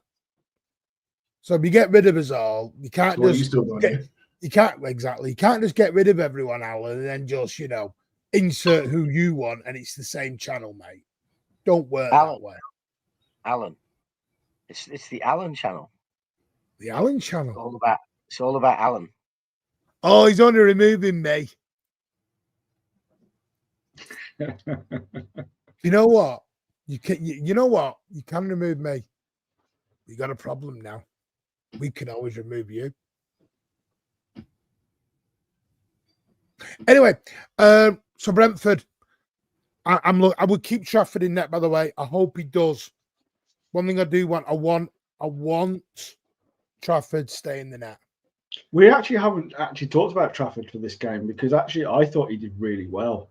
I mean, when Kuzhnov made that mistake, that blind pass, and then it was, pretty much, that Swansea player onto goal, I thought he did an excellent job of saving that. And I actually think he didn't put a foot wrong last night. So I think you're right, Mike. He definitely deserves to stay in net for as long as possible in some of the cup competitions. Yeah. I played Trafford right the way till the end of this. Yeah, especially with him not featuring in the Champions League too. You know, I think this is pretty much his competition. Oh, Danny, I hope you had a good time last night and you got home safe. But I know Nick was on Twitter earlier saying he got back at silly o'clock and had to go to work. Bit tired. I was sat 4 rows behind the goal on every corner. Swansea had McCastle looked lost. He was even staring into the crowd at one point. Yeah, it's I think he is only just 18, I believe. So he's a pup. He's a pup. And we'll see. It wouldn't surprise me if he maybe goes and maybe gets a loan. We don't know. Last time Louis makes a great point. He may go on loan in John. May not even be in for the rest of the cup. I don't know. It is what it is. Trafford was average, nothing great. Man, why do I get a sense that if we did make the final of this competition, it would be like I think it was the formidable season where Bravo was in net all the way up until Wembley and then they put Edison in goal. Yeah. Big old Luke. They'll put Trafford in net all the way through to the final and then Donnarumma will play at Wembley. 2 a.m. Did you go via boat? Did you get on a plane? Walked. 2 a.m. I just have to correct you as well too because you said 2 games away from Wembley. Isn't the semi-final still 2 legs? Yeah, I meant 2 rounds. Yeah, yeah. Is it? Yeah. It's always been a 2-leg semi-final, which is actually interesting. Yeah, because Arsenal had to go to Newcastle. Remember last season? Arsenal had to go to Newcastle. No, like I'm not. By the way, Sam, I'm not saying McCastle's done. I'm just saying I would. It sounds awful, this, but he looked like a kid last night. That's not. I'm going to go at him. That's just looking where he was. He looked lost last night a little bit. Yeah, but do you not think we could like he's an attacking forward. If we put Doku into number 8, he'd look lost. If you put Savinho into number 8, he'd look lost. You know, there's not many players who you can take from an attacking role and put playing at number 8, and they're not going to be lost. So Philip Walton Fulton didn't. Phil Foden is a 25-year-old with more, 250, 300 games under his belt. You know, Divine Macassa's played 3 games, is 18, and, is arguably a more forward player in his natural position than Foden was, who was always a midfielder. I already knew what he was doing, and you fell for it straight away. Just for the record, gentlemen, I just had a look. If we make the semi-finals of this Carabao Cup, the semi-final falls in the week commencing the 12th of January, which is wedged in between when we come into the FA Cup and the derby at the Swan. Then the second leg is the week commencing the 2nd of February. That is immediately after we play Spurs away and then Liverpool away. Right. Thanks for dashing our dreams there. Yeah, cheers for that. He is an excellent number 2.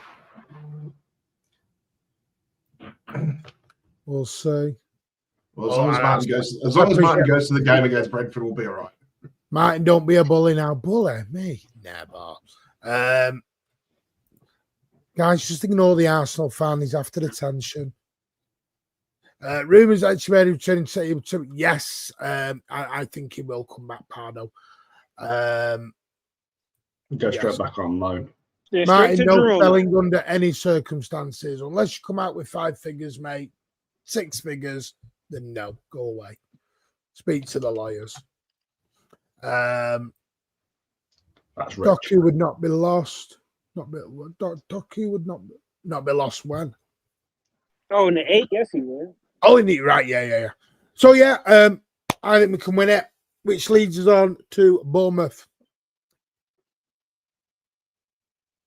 We what you saw last night then with Cherki and Mamouche.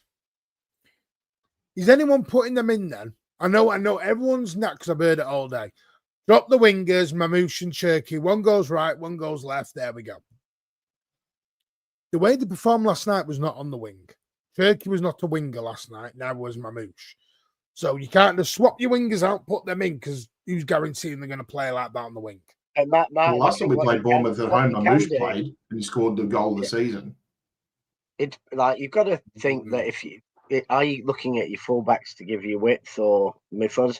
I've always wanted to see Mamouche, Cherki, and Foden playing as a 3, and I don't care whether they swap around, whether they go right, left, how wide they go. I'd love to see those 3 play behind Haaland, and Nick O'Reilly could give us some width on the left, so they could one of the players could pull right. But I'd kind of like to see that.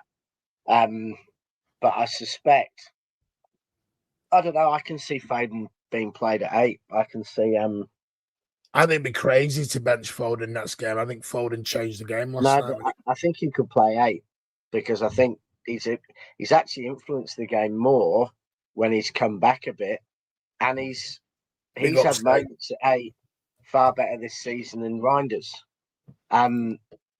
And when we've turned games and improved in games like against Everton, it was when Foden went to 8 and started to come back and do more. So I don't know, maybe Foden becomes more central to our team and gets some games, playing that Gundogan 8 role. So is anyone bringing Reinders back then? Sat there. Because remember, Bournemouth a very good team. Because I was thinking about this with Semenyo last night, and I mentioned the other day, is if we're going to play Semenyo on the left wing, is everyone comfortable with Nunes at right back? Or because for me, I think Kushinov is not ready to start. He looked I think that's the problem. He's the physical perfect solution you need for Semenyo, but he doesn't look fully fit to go in against Semenyo. Yeah, I mean, one thing about, do you not think he pulled him off Nunes at 62 be ready for the weekend, mine? Do you know what worried me with Kushinov last night, Ozzy? Was, when he made that pass, did you see his reaction? Yeah, but again, going back to when there was no going to get back. But hang on, just going back to when he first joined the squad and he had that mistake at Chelsea. The next game after that, he was sublime. We were all talking about how brilliant he was. So in all honesty, I'm not worried about that. I think did he not play Nunes last night to play him Saturday, though? Sunday?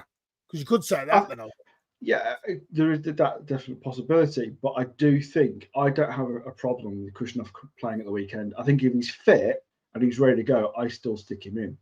Because I really do think he needs the pace. Nunes is not that unathletic. Nunes has strengthened up.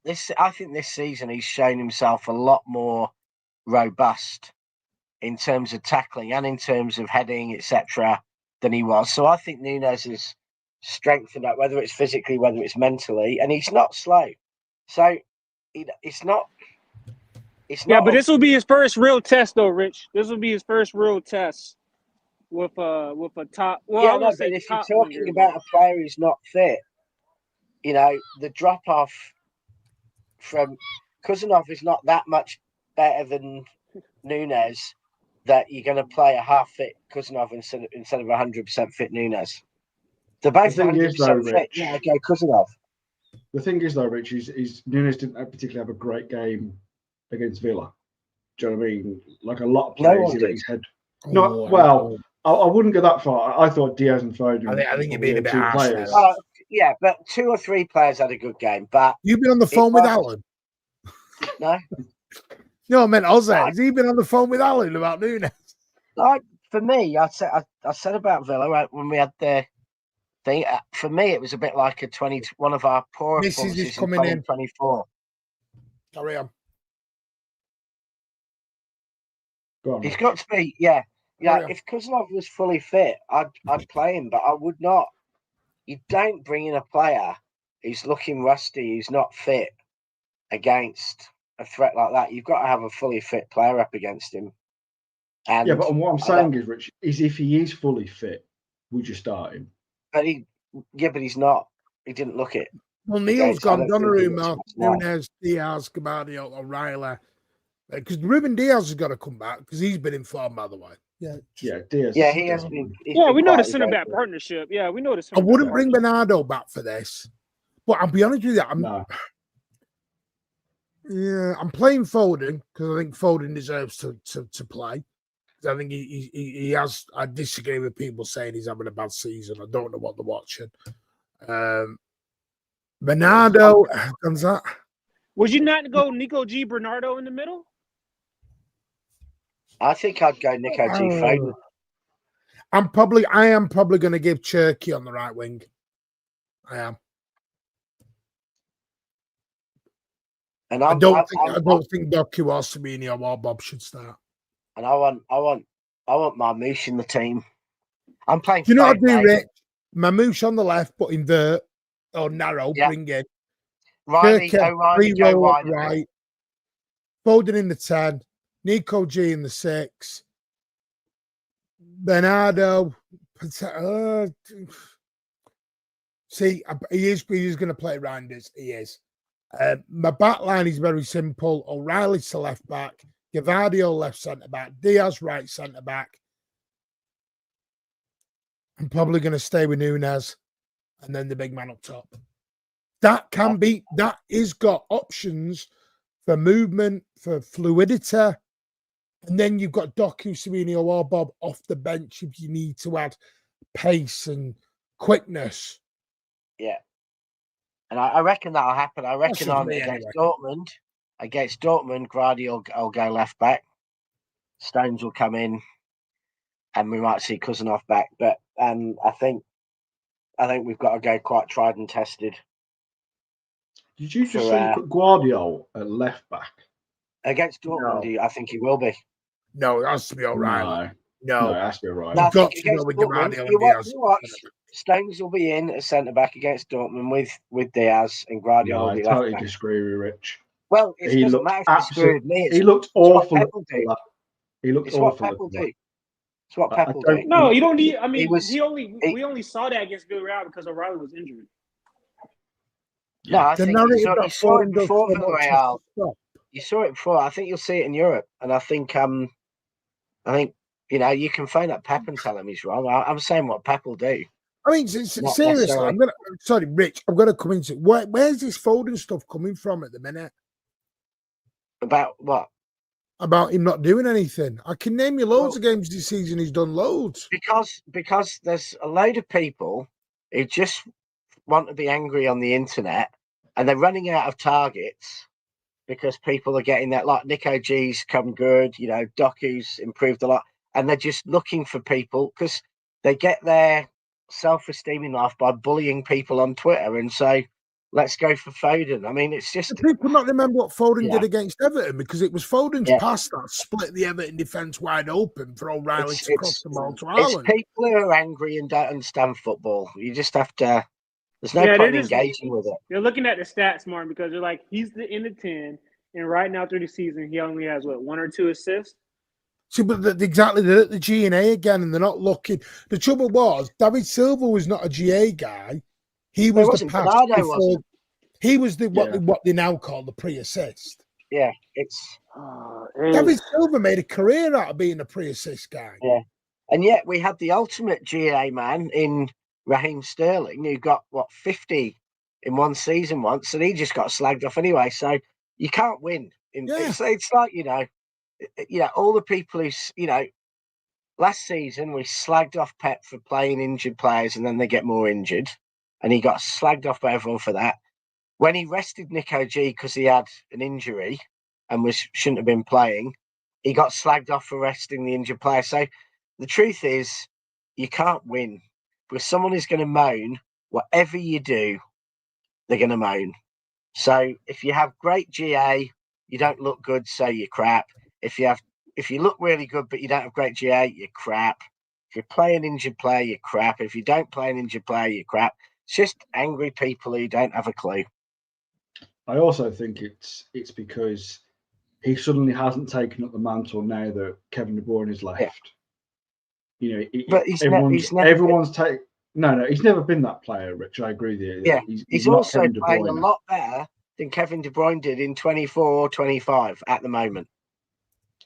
So that's an imagination of what Kevin De Bruyne was like 3-4 seasons ago that you're comparing to. And it's silly. He's not the same player. You know, Kevin De Bruyne wasn't playing like he was 3 or 4 years ago for the last 2.5 years. And, you know, the only thing I can think on stats is that there's a generation brought up on playing computer games where you can't judge how good a player looks on the screen on your, you know, PlayStation. And so you look at the stats when you buy someone, you look at the stats when you do it, and you treat it almost like baseball. Everything's about the stats, and you know, you ignore. Foden's got 2 goals and 2 assists already in 11 games. He's got 2 goals, 2 assists, same as Cherki. So I don't get it. I think people are just, there's a thing with Foden at the minute. It is what it is. It's over there. Yeah, most deluded 20-year-old C. Yes, ignore. Anyway, I'm all for academy players. A phenomenal player. He's one of our own, and like, you know, if people want to slag off Phil, they should, you know, be doing it from Liverpool. Jay, fresh to go, Nico G. See, Cover's an interesting one. Because he just seems to have disappeared now. He played. Didn't Pep say he wasn't fit? He's re-injured. Was that? I didn't know. Yeah, so because he had the Achilles injury and he had surgery, didn't he, during the summer? As Cherki vibe. Sorry, go on. Yeah, so he had the surgery on his Achilles. He's re-injured that slightly. So I think he may be out again for a little while. It's a shame in some respects because I think there are times where we could do with him. But I think we're just going to have to be patient and see how he gets on to probably the second half of the season. I think he's just going to struggle, in all honesty. Yeah. See, I would agree with this. I think Foden has took on a deeper role this year. And I think, because I noticed that in the Everton game, he dropped 5-10 yards and was playing the ball through. He became the 8. He became the Gundogan 8 against Everton. Yeah, and I'm fine with that. Yeah. That's what I'm saying tomorrow. I think he played that role better than Reinders has this season. So if we have to change things to get Cherki Marmoush in the side, I'm happy for give Foden a go at 8 and you know. By the way, don't come now. I don't think anyone is saying he's near David Silva, but Cherki's nowhere near David Silva. Blue, well, come on. This is what I mean. We can't keep comparison.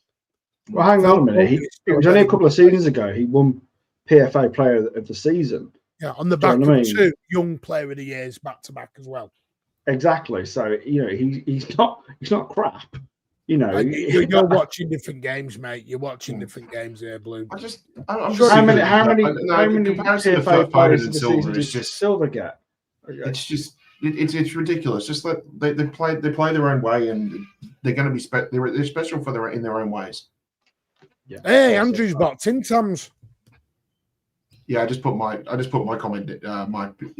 Don't plan any trips to Australia soon, Andrew.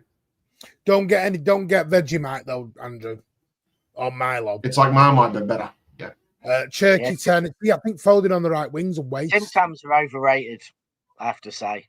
Penguins are better. Yeah, for those of you in the UK, Penguins are good. Don't get me wrong, but Tim Tams are just as good. It depends.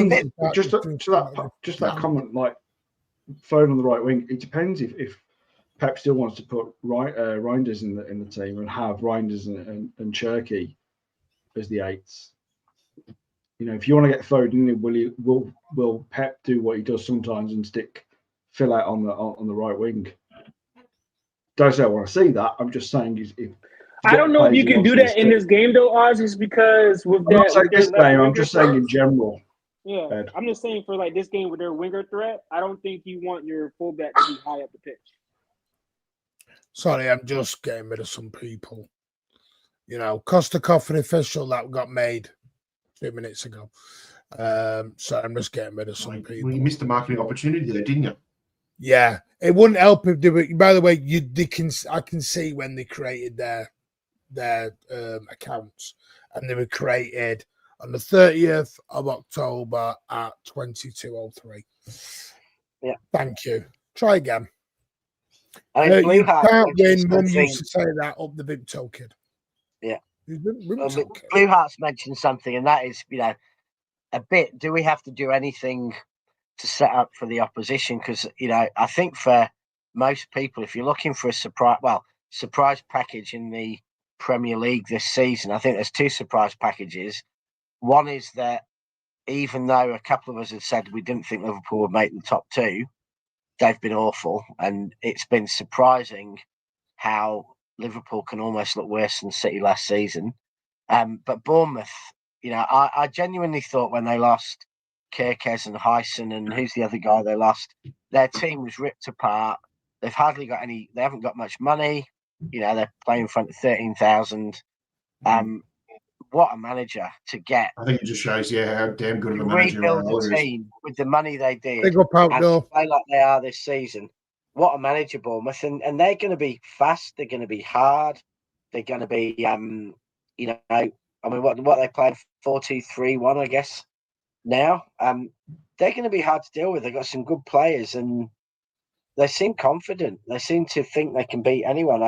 The only time I watched a full game from them this season was Liverpool, and they were a far better side than Liverpool at Anfield on the first day. That result that wasn't just flattering to Liverpool; it was just ridiculous. I think we have to give. By the way, but we're just about to do that, Blue Out. We've got to give Bournemouth credit. They're second in the league. They've played 9, won 5, drawn 3, lost 1. They've scored 16 goals, 11 against. So they do leave the back door open. They do leave the back door open. They've scored 10 goals in the last 5 games. I mean, that's Areola is doing a very, very good job. By the way, you are spot on, Luke. Player FC is ruining this fan base. It's not about the best for the team anymore. It's about what's best to suit an agenda and ensure a certain player gets most praise and others get hate. Yeah, Martin knows about the genders. It's 2025 football, mate. That's what it is.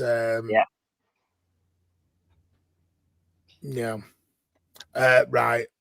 Anyway, let me just carry on. I'm just banning someone else as well. Is there any mods in the chat tonight? Starbucks joined the chat. This Alan's relentless. He goes from A to bad. So you know what? He's just getting banned. Simple. Bye, Alan. Anyway, right. Carry on. There's lost where I mean, but that now the Bournemouth are doing very well. They've got I'll go through some of the results. They did get beat at Anfield, as you know. They beat Wolves, beat by Brentford, beat Spurs away. Very good result for them. 2-2 against Leeds, 0-0 against Newcastle, 2-1. So they do concede a few goals. They conceded 3 against Palace, beat Fulham 3-1. They do seem, looking at it, they're getting a lot of their wins away at home. They've had one away win all season. Yeah, they don't travel well. No. Yeah, they don't sit back. They press. They try to get up in you, and that leaves the back open, man. The high line, I think it's where you could see Haaland have a lot of joy, which is probably where it's going to lead to mine and Pat's prediction. Is this a game, Matt? Is this a game where you look at it and you go, given coming off the loss against Villa, that I'm kind of glad that we're playing them at home and not away? Yeah, I mean, this. What I really want to see is, I think Marmoush's movement is absolutely fantastic. So I think he can give greater space to Haaland, because I think Marmoush plays in a way that either he's going to get into a space where he's going to get clear, or he's going to pull players about a bit and create even more space for Haaland. And I think Cherki, from what I've seen of him in France and what I've seen of him here, is potentially a player whose passing ability for that final ball is, potentially better than Foden's, and is up there at that really elite level. So if we can get, Marmoush, if we could get, Foden or Foden and Reinders running into space from the 8, Marmoush pulling right and left, and Cherki starting to get time on the ball to release passes. I think against a defence like Bournemouth, we could do them some real damage. So I don't think they're going to defend anywhere near as well as Villa. We've just got to make sure that we are able on the break to deal with if we lose the ball, if we miss a pass, if we make a mistake and Bournemouth break, that we're solid enough, quick enough and organised enough to get back. And, you know, I think it's a game where we might see the benefit of Donnarumma in the team because there might be a couple of one-on-ones. I think Bournemouth are a danger for that. So I'm actually quite optimistic about this one. I actually think we'll win. Yeah. I'm gonna go for 3-0 as my prediction for this game. I actually think we'll keep a clean sheet, and I think we'll get a few goals. He's nicking. So what's your prediction? 3-0. Jesus, Rich. What's your prediction, Ozza? I slightly lean towards what Pat was going to say. I was leaning towards a bit of a 3-1. Well, you can have 3-1. Nick him. No, I can't. I feel I like the optimism of Rich. I really do. But I'm going to stick my 3-1. I think we got awesome. I can put that in now. Pat, download you 3-1. Yeah, I do 3-1. I think Bournemouth are good enough for a goal. 2 goals from Haaland because he can't score hat tricks. So his form's dipped, so because he can't score hat tricks. And 1 from Mamouche because he looks like he's finding his feet a bit now. Were you 2-0, Martin? Was that? Yes. Yeah. That's why I put it in early because I know why he's doing it because he knows he gets the scores right, and then I technically get him right based on goal difference. And DC is going to kill me now because I've not changed the background. As you can see, the background is still the same. I've gone for 2-0. Pat's gone 3-1. Ozzy, you say 3-0 or 3-1? We're 3-1. Right. Rich's gone 3-0. Alan's gone for a 2-0, 2-1 win. So there you go. Alan being positive. Alan, nice. Alan's been quite positive at the moment. He really is. Yeah, it's horrible. Luke's gone for 3-1 Seda. Neil's gone for a 2-1. 3-2. I reckon we'll smash them 4-5-0. 2-0 CGAG. 3-0 Cade. Alan G's gone 3-0. 2-0 BB. Now we couldn't even score 3 against Swansea. 2-0 for me. If City don't win, end the season. Jesus, man, you've gone back to your old self now. He started well and he's gone. You were so positive and you've just gone back. Yeah. Agree with us because you made peace with your agenda, Martin. The vibes just absolutely lost the plot. DC's upset. Look, because we didn't change the background. Yeah, but we did. That's the question. How come someone say we couldn't score 3 against Swansea? Because I'm sure we did. Yeah. Maybe in the Aussie version of the game, we did score 3. I'm going to ask something now because I wanted to have a little look about Bournemouth because everyone really deep into stats this season and everything else, and now everyone's scoring the goals, etc., etc. But you actually look at 1 second. Semenyo's in 10 appearances has got, but get this right, 6 goals. And then the next one down is El Coupe with 4. And then everyone's just done a bunch of ones, Christie and Cliver. I'm going to ask a very simplified question. Is it stop Semenyo, stop Bournemouth? He's the player in form right now, isn't he? Yeah, he's been obviously last season. It's flavour of the month. I mean, they're talking. He was good. Yeah, he was good last season. To be fair, I think he could have got a move last summer, but Bournemouth held fast and didn't let him go. I don't think they'll be able to do that at the end of this season. I think his ceiling's quite high, and so it is pretty much if you can keep him quiet. I think you could see. All honesty, a clean sheet. That's why I was kind of hesitant with my prediction because I think if you can keep him quiet, I think that's where the goals are coming from. Yeah, so I'm thinking. I think that's why that right back spot blew out for me and everyone else's. It's such the intriguing one.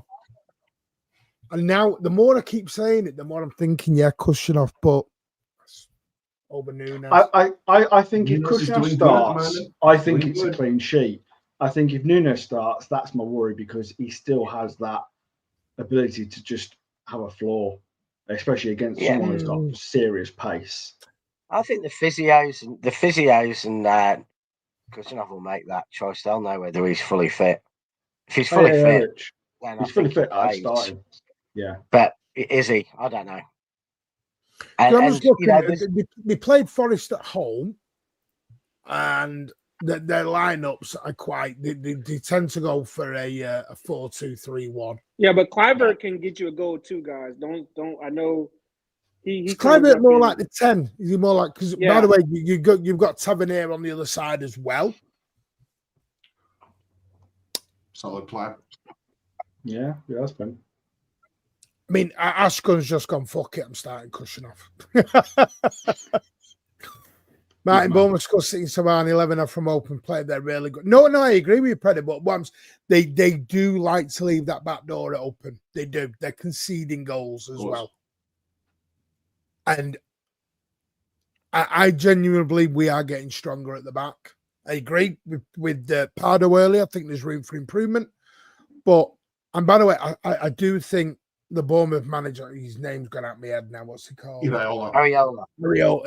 I think he has been superb. And I'll be honest with you, I think Bournemouth will get picked up. I think they're going to be one of them teams that will get picked apart, if not January, but by the summertime.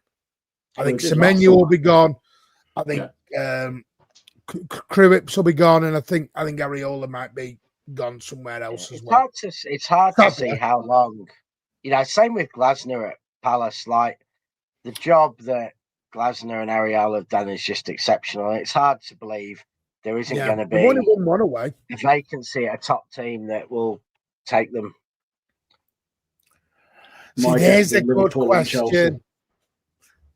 What about this one, Reddy? Or are we saving him for Dortmund? Because, all right, does Dortmund for sure. Play any parts of Sundays? I don't think you drop Nico at the moment. I don't even think he's ready for Dortmund. I think you'll play 10 or 20 minutes both games, and then if he is fit, he'll play 10 or 20 minutes both games, and then he might start against Liverpool. That's what I was about to say.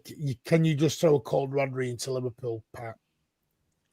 That's what I'm saying. If he gets to play 20 minutes each game, then it's not necessarily that cold coming into Liverpool. I think you need more than that.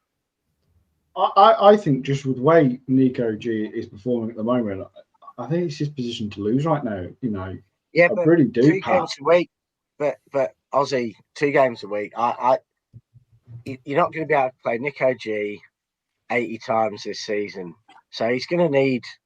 However well he's playing, he's going to need. I didn't say this season, Rich. I'm not saying he can't be dropped. I'm just saying, you know, at the moment, the form that he's in, I think. But I wouldn't. Yeah, but he won't stay in that form. If you play him Wednesday, Saturday, Tuesday, he's not going to stay in that form. So he can't go and play all those games. So, you know, having Rodri back for 60 minutes would be wonderful. Remember, he doesn't go off for international break. Yeah, exactly, Rich. Why can't he play those games? Because he's 23, Rich. He's not Rodri. He's not 29. Because he will not play at his best level if we play him every 3 days and he is ground down.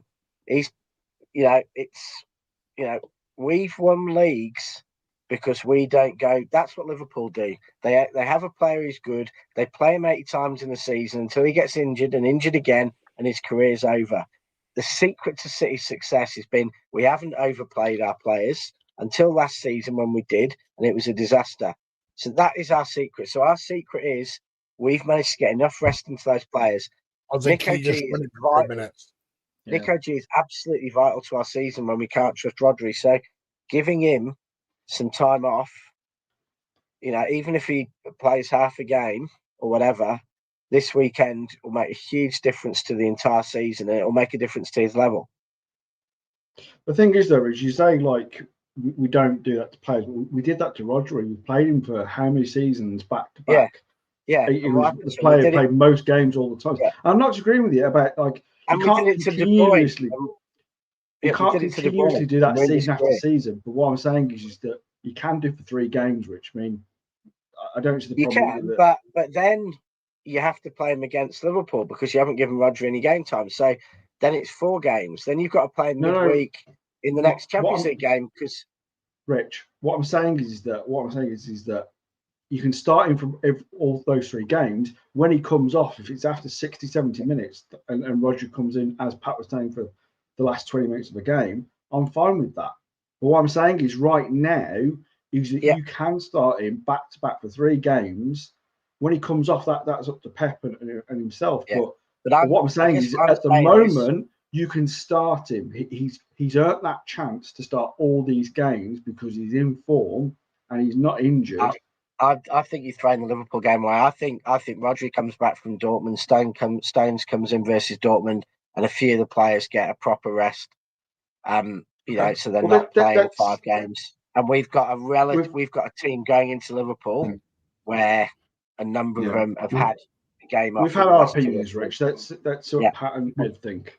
No, it's all right. It's all right. No, I agree with both of you. Make good points because I think at the end of the day, if Rodri does come back in any sort of capacity, then it's only going to help us in terms of rotation and playing the right amount of minutes and things like that as well. But look, if Rodri's ready to go this week, I still don't know if I'd start him because Nico G is still doing a good job at playing the role really well so far. So, and I think it's good. It just shows. I think it shows to the fans. It shows to the squad as well too that it's like, Ballon d'Or winner doesn't necessarily just being a Ballon d'Or winner doesn't necessarily mean you're straight back into the squad when you're fully fit. So we'll wait and see. But look, now's a good time to have him back if there's a chance for him to get some minutes, and then hopefully we can rest him again before during the international break. That's fine with me because at the moment I want Rodri to come back on Rodri's terms, not because just because somebody in the medical team said, "Oh yeah, your leg's fine," and that I want to make sure that he's ready, he's fit, he's comfortable, he's not concerned about reoccurring injuries or anything like that. So yeah, whichever way you look at it, I think it's still a positive that the fact that he's coming back anyway. Yeah, Ed.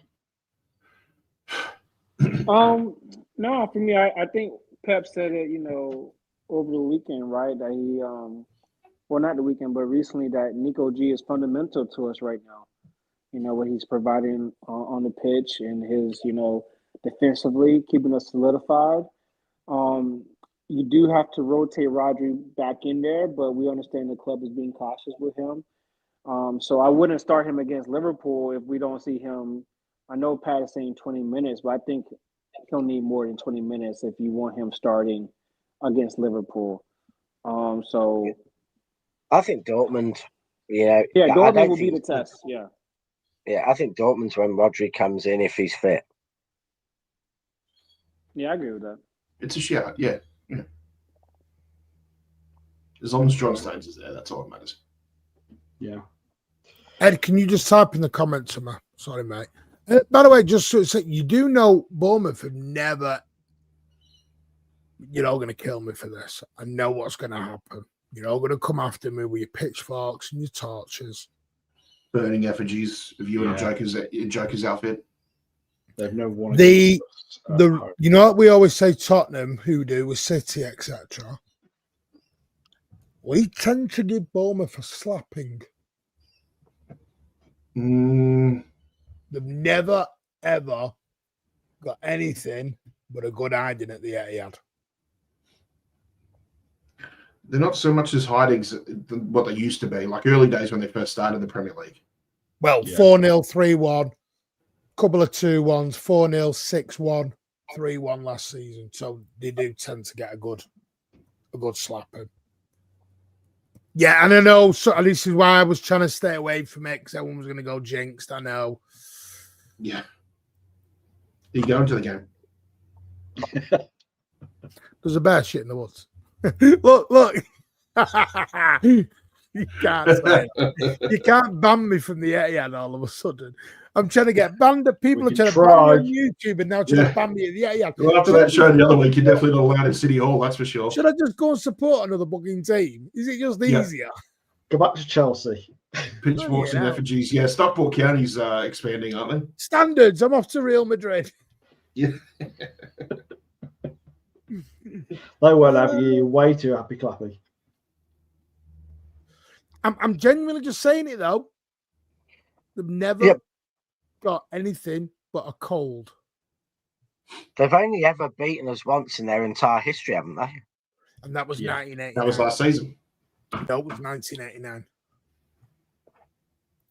Oh, at home. Oh, okay, at home. Yeah. They beat us last season. No, but I away, mean, didn't they? Premier League era, like They beat us, Yeah. once in their whole. No, they have. No, they got a draw 1989 at the Etihad. Sorry, Yeah, Main Road. It felt The like only a time lot. they beaten us was last season. Yes, you are correct.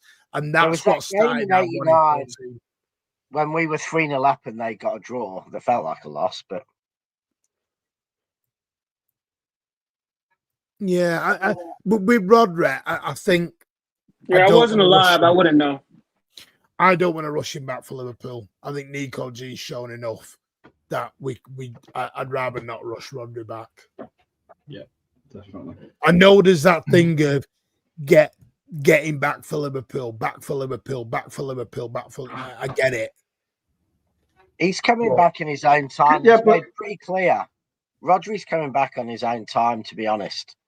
He's you know, the last couple of injuries have been more him concerned about an injury rather than an actual diagnosed major injury. So he's an intelligent guy. He's been, you know, I think, you know, I said on Tuesday, I think it's as much mental as physical with Rodri in that, you know, he didn't actually have a hamstring injury, he just felt it was tight. And he's recognizing his own body and he's going and fixing that. So I think once he feels confident he's back, he's going to be back fine because his actual level of fitness, he's done a lot of training. His knee was actually supposedly fine to play in May. So I think once he's back, it's going to be mental, not physical. But would you guys be okay with him going off to Spain? I mean, it would be a less physical, experience. Who are they playing on the at? pitch. Who are they? Are they away? Are they home? Where are they? Let me look it up. The thing is, he has no choice, but he has to go because if his international squad call him up, he has to go regardless. It's whether they'll medical. Yeah, they send him back like England did with Stones. Yeah, exactly. They play Georgia. Yeah. Do you need a Rodri? I trust Rodri to make the right decision. I think he's been incredibly careful of himself so far this season. I think he's probably, if anything, overly cautious. So I think we just have to let Rodri make his own call on what's best for him, because I genuinely think he's doing that. He's not, you know, some of our other players, you know, and in key stones of this, desperate to play, will go off to England even if they know there's a slight niggle because they want to play. I don't think Rodri's doing that. I think Rodri's think I've got a slight hammy, leave me out for 2 weeks. Can I ask you a question? Go on, because I was about to spin this up. Go on, Ozzy. Jump in. We're all saying like we want Rodri back as soon as possible, and I agree with that totally. But we're all kind of really focusing on the Liverpool game. Do we really need him back for Liverpool? Is anyone really? Well, that's what I'm saying. I'm not trying to be arrogant here, but is anyone really concerned about Liverpool right now? Honestly, Calvin Phillips could probably do a job against Liverpool. I recommend putting Calvin Phillips in the starting lineup. Keep him guessing. Yeah, don't do that, Ozzy. Don't. Calvin. No, look at it this way. This is why I'm going to say it's not a bad idea, Martin. Remember when we saw Calvin Phillips in the preseason? What was he doing? Quarterbacking. No, playing deep, putting long balls. What is Liverpool's weakness during this losing Wait, run? is this the same The people long that ball. tell us They to can't respect, handle the long ball. leads? Get Calvin Phillips in there. Do a bit of old Sean Dyche, Burnley Ed, long ball. Ed, say that again. You've got Nice the and big loud. Norwegian tomahawk eating machine. No. I'm just saying, these are the same again, panel members that tell us to respect the Leeds of the world and the Burnley and all they're that. not Now we're just saying, you know, Leeds we and need players Leeds for Liverpool. and Burnley are in a different class to the Scousers at the minute. Yeah, exactly. I think you're being rude to Leeds and Burnley suggesting they're that bad. Piss off. No, I'm not doing. You know what? Do you know what's typical Setter? Isaac hat-trick converts 3 assists. That's the typical City that will probably suddenly happen. No, Isaac's out until January with the groin, Martin. Well, you know what I mean. Well, you know what? He'll probably get fit for that game and get fully fit, bag hat trick, and then disappear again. I mean, you lot know how to go from A to Z really in quick succession. I mean, you're like, wow, we don't need our best players for Liverpool. It's only Liverpool. The words that have been put in my mouth. Good night, the everyone. Words, see you later, Rich. See you, mate. The words that have been put in my It's the mouth. way you said it. Like we were top of the league by 20 points and we were flying. What I'm saying is I'm making the point specific. I'm saying Governor. Rodri isn't fit enough, really. Let's be honest, right? No, now. he's not. And Nico G is absolutely doing the storming at the number 6 role right now. And so what I'm saying is that do we really need to rush Rodri into that game? No, I think we can, and we K'd on this. Maybe put him on the bench. Have him on the bench if the game's going on. I think he'll be on the bench for Dortmund. I don't think he'll be on the bench for Sunday now. I would give him. Is Rodri a backup for Liverpool and go down? Of course it is. You're not. But I don't want to. You are spot. I don't want to rush Rodri back at the expense of losing Rodri for another 3 months. It is one step forward, 2 steps back. Yes, and I think Pep will probably agree with this in this situation. It is. I think we did rush him back a little bit. Because at the time, I'm going to be honest, it's why I was saying what I was saying about Nico G. I think Pep did have a little bit of, I'm not sure whether he can. I think now Nico G has shown that, especially in the last 2 or 3 performances from him. I think that will have given Pep that little bit more security of, right, I don't need to rush Rodri back. I think when Rodri at the start of the season was coming back, I think there was I'm not sure about Nico G. I need my guy back. So, when you rush because you're a bit unsure, but I think because Nico G has shown that level of maturity and his performances have massively improved, I think there's less pressure to rush Rodri back. That's what I would like to think anyway, moving forward. I mean, I think you've got to look at the person I think is positioned in that midfield is up for grabs. Is Reinders right now. I think Reinders is someone I think Reinders will be a super player for City. I just think he's adjusting. I'll be honest with you. And again, I was guilty of this. And many were. I did a video with Luke, MCFC lads. And I'll be honest with you. Everyone was saying Reinders was going to be the signing of the season, the player of the season for us. There was a lot of expectation and excitement around Reinders. And I think because we've all put Reinders there and he's been there, I don't think we've allowed Reinders what's the word? Time to bet him. The time to settle because we always thought he was ready-made slot and play. Yeah, and plus we haven't had a Gundo replacement in 3 years, so everybody's like. And I'll be honest, I think that's what it is with Reinders. I think. So does he deserve to start at the weekend? Is the question then? Does he deserve after Cherki's performance last night? With Foden, I think also being absolutely brilliant at the moment. Does Reinders really deserve to be in the starting lineup come the weekend? I'd still play him because I'm going with a midfield of Nico G, Reinders, Foden, and I've got Cherki Mamouche on the wide sort of coming narrowing. I'll probably go with that too. I like that lineup. Yeah, that's just I me. like it. I don't think Pep will do it, but I like the lineup. Right, I'm going to finish on this because I need to have a little rant. Because we all like a little rant. Ozzy's looking very, very worried. I should be. Let's be fair. Is this?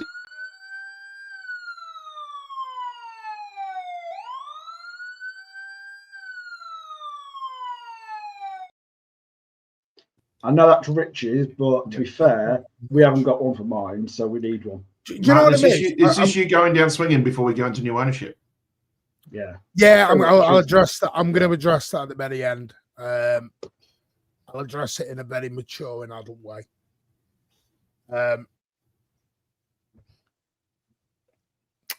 Arsenal fans. I think people will be more productive and more respectable to Arsenal fans if they weren't. I'll be honest with you, and it's just my pick. Yes, you are the best team in the league so far. You are the most informed team, etc., etc. There's a saying: you're over egging the pudding. You are doing in the summertime. You were really upset a lot. I went on a lot of shows, as you know. I go on a lot of cross shows, and there was a lot of Liverpool fans are too arrogant. And what's happened is Arsenal fans have swapped over the mantle and they've become the arrogant ones. And you get more respect if you and this is what Haaland means by the humble part. And you've never understood the humble part. You can be humble in winning as you can be humble in defeat. Now, the thing is, what you're doing is on the 30th of October, and every time I say it is, they're the greatest defence, the greatest attacks, they're the greatest this, the greatest manager. Pep Arteta's excelled Pep. He's won nothing. Even if he wins the league this season, he's won an FA Cup, sorry. Yeah, even if he wins the league this it wasn't with his season, squad either. Yeah. He is still nowhere near Pep Guardiola's. It would just say, you know what, at the moment, we're favourites with this, but you are you want everyone to say you are the best team in the world and the land. And there is a media narrative. You going about me, because, and I'll give you for an example. City went to Brentford 4 weeks ago, and we got a 1-0 win. And it was City were lucky. Arsenal go to Craven Cottage and get a 1-0 win. And it was a sign of champions. If you talk about Gyökeres and compare him to Haaland, you get crucified. You're doing too much. This is what the humble part means. Just got at the moment, you know what? Think we're favourites, everything else. You are begging for validation. And at the moment, you are doing what Tottenham fans did to you a couple of years ago. That's what I was going to say. There is no League One in October. If you win it in May, people will stand there and they'll say, you know what, congratulations, well done, you've been the best team. But they're not going to do it when you are calling every other team and jumping in everyone else's channel. It's not just ours. You're jumping everywhere. You're in every channel and everything, going after everybody. And come May, if this all falls apart, you'll disappear again in your little caves. And you'll go and do your emergency Arteta out stuff. You're trying to sack other managers. So Slot needs sacking. Pep needs questioning. But that's the one thing you've had to go at every other fan base for doing over Arteta for 5 years, when you made every song, dance and excuse for him. You're going into serial winners, Liverpool and City, and giving it the big one. When at the moment you've just won a few games. It's a great run. But do not count chickens before they're hatched. Don't do it, because all you're going to do is make yourself look absolutely stupid. And then you'll say everyone's bullying you and picking on you and not giving you the respect again. To get respect, you have to earn the respect. Now, you'll say, oh, I'm an old fart, I'm jealous. I'm not jealous of Arteta, guys. I'm not. I've got Pep Guardiola. I don't need to be jealous. Pep's finished, blah, blah, blah. I've heard it all before. Just, calm down. And the other thing I will say is, Barry, this channel may not be for everybody. It's fine. But there is a little, and I'm not going to go into, but I've had some DMs of get me out. Me specifically, not the channel, me. I'm going nowhere. I've had a week off virtually, and I apologise for that because my father is very ill, as you know, and he's in hospital. So I needed time away. I'm going nowhere. Deal with it. Me, Pat, Ozzy, Rich, Ed, we worked too damn hard. We're going nowhere. We'll have a bit of banter. We'll have a laugh. Yep. It's not even our channel. It's their channel. And people don't come here for, they come here for the community and the laugh.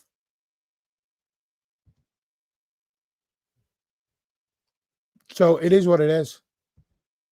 I'm off to the pub, guys. Yeah, There's a surprise. But listen, if there's a serious offer on the table, like we'll consider it.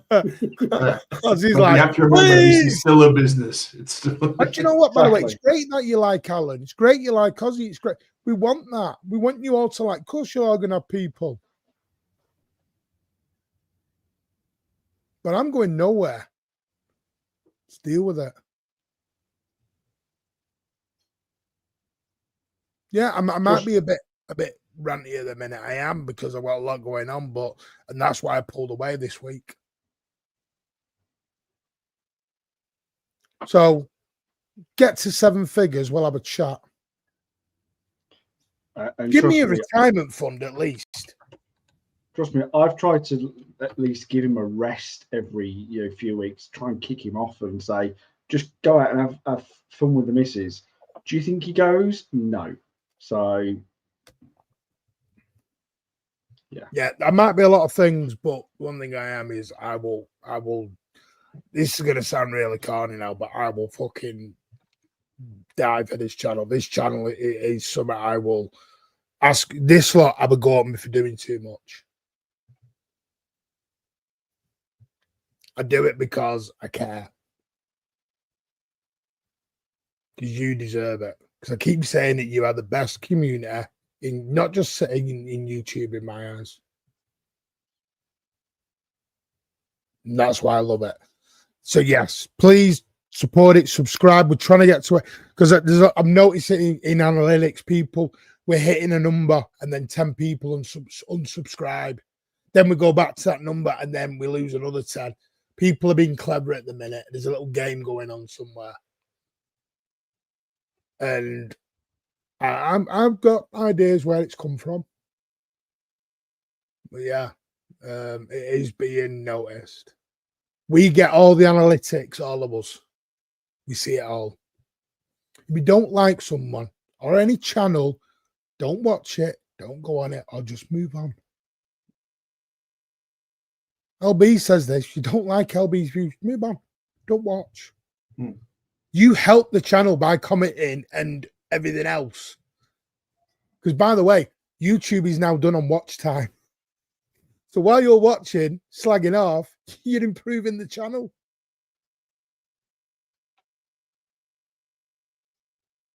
So, yeah. I apologise if I've been narky for the last couple of weeks. I do apologise. But I'm passionate because football's a passionate game. Yeah. Now, there's a reason why I led me to drink on Wednesday. Yeah. If I didn't care, do you think I'd do fucking watch-alongs at 3 a.m. in the morning of United States versus Australia? Come on, guys. Do you think I couldn't be in bed? Well, we know you're not. Yeah. You know, one day I will sleep. I don't know when, but I will. You'll sleep when you're dead. I will sleep at one point. Yeah, no, just I only say because do you know what bothers me? But it's not just so much this; it's going into other channels now, and that's where it upsets me because it's not fair on their channels and their hosts. That just because I'm there, people just want to come swarming in. Just mute me if you don't like my viewpoints. Where was USA versus Oz live stream? It was the what, Cade? The one that I actually didn't watch because I couldn't get the damn thing on the. He's making it sound like it was a charity boxing match between like me and Ed. Do you know what? I sat there for 2 hours going, Ed, give us the score, give us this, give us that. Oh, careful with your hand movements there, Martin. I didn't even know. And I was trying to commentate on the game, and I didn't even know what was going on. And the thing is, Ozzy, He's learning hosting skills. And Ozzy does a fucking amazing job. He's new at this and he gets nervous. Doesn't look that way, but he does. Go and check him out on Instagram, by the way, with Tone. Does amazing stuff there. Have you got one tomorrow, by the way? Yeah, so we're going live tomorrow at 2:00 on Insta. And it'll be on the Mancunian Ways Insta account this time. We're flicking between the Mancunian Way account and Tone's account on Insta. So we'll try and do at least one a week. So yeah, tomorrow 2:00 UK time. Please come and join. Be much appreciated. They're short, sweet. The way we're trying to do it, just to kind of talk about, some news, and obviously we'll try and do a bit of a preview and get mine and Tone's points about the Bournemouth game coming up. So yeah, please, and then there's Pat, who does an amazing host job on Blues Down Under. When he's so drunk. Yeah. We were. Do you know the thing is we all care. We're all friends. I've known Alan. People think I've known Alan for 7-8 years now since Man City Man TV. Me and Alan have no gripe. We're mates. Yeah. Think I listen to him at 4 a.m. You think, Pat, we're all friends. Ed, I speak to in the middle of the night. Rich, we speak. We're friends. This is a family to us. So if you think getting rid of me, I'll get rid of Ozzy and it won't affect anything else. No. We're a package, guys. Deal with it. Anyway. Even the crazy Uncle Alan. But he's our Uncle Alan. That's why we love him. Yeah, he's like I said, we'd rather have him pissing out. He's a dodgy, creepy uncle. Yeah, dodgy, creepy. He's probably the right word, Pat. You ever see that Peter Kay, Uncle Knobhead? That's Alan with the cream slip-ons. Yeah. Yeah, and then get over to Tariq for the smooth ASMR early. There are lots of curly whirlies. There can never be enough. What are you on like curly whirlies? Imagine how much the channel was. How much is selling the channel for? And I said that's a lot of curly whirlies. Yeah, right. Curly whirlies and is it Tango? Tizers, can of Tizers. Tizers, that's it. So the best thing is, please share it around. Hit that subscribe. Let's get over that 8K. Let's march towards that 10K and shove this right up the haters' arsehole sideways so it hurts them. Rivals, welcome. Yeah, we welcome all rivals. And we've got some cracking guests. For the Arsenal, we're going to try to get Dan Potsley judges. Liverpool, we're going to get Hussam and Tom and all them back on. We've got loads of stuff coming on. Loads of stuff. When can they find us next? What? And where can they find us next on? Sunday. I'm not going to mention what, but it's Sunday. Sunday's not just going to be Bournemouth post-match. Trust us. Thank you, mate. Trust us. You are not going to want to miss Sunday.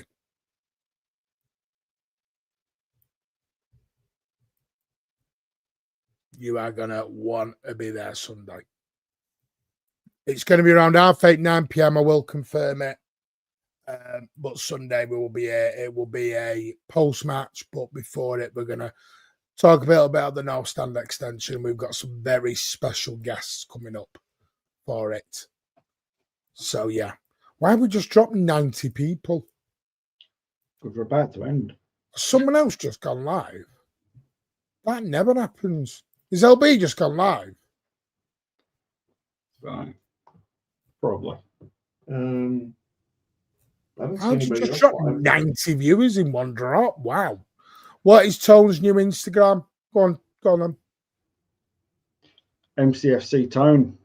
Yeah. Cheers, Sean. Big up representing the Blues down under Man City. But yeah, it was goated.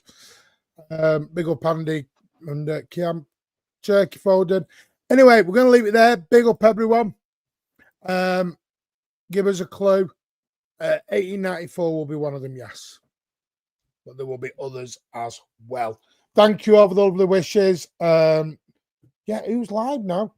Is there anyone live I can send you to? Is Tariq live? Let me see, because I do like to share other people's. It's Tariq's channel. Go and give that a lot of love. What's his channel? What's his channel called, chat? It's his name. Just his name? Yeah. Why is it not coming up? He might not have something on tonight. Has he got nothing on? Is there anyone live at all at the moment? No, not if now B's live, so. Jesus, no one's live. God, everyone's part-time, innit? Right, we might do by the way, we'll do a Man City Daily as well tomorrow. 11 a.m. in the morning, I think there is South Stand, Mancunian Way goes south. I think at 11 a.m. So 11 a.m. as far as I'm aware. He's never a foul live. I'm trying to take you somewhere because it's too early for you to all go sleep. No, never a foul. Bloody hell, no one's live. Lazy sods tonight. No one's live. Oh, well. Right. What time does Makeway go south? Pardon? What time will Tariq said Makeway in go- an hour they'll be on Shades of Blue, so maybe you can just redirect them to Shades of Blue. Shades of Blue. Right, I'll set you Shades of Blue then. Shades of Blue Network is live. What they're doing tonight? Thank you for that. They are doing. Couple of hell, they've got everything upcoming. Tariq, you need to sort this out, mate. Citizen Jamie. There it is. Lit stream. American Jamie. Is it Dagan? Right, we'll send you there. That's going to be live in 1 hour. So we're going to send you over there for a lot of love. You can have some fun over there when I can. Even if you guys aren't going to watch it, just head over and just hit the like button for them. You know? Yeah, just give it a like, give it a subscribe, show them a lot of love. There it is. And by the way, it is Halloween tomorrow, so please stay safe. Look after each other if you're going to a party like me.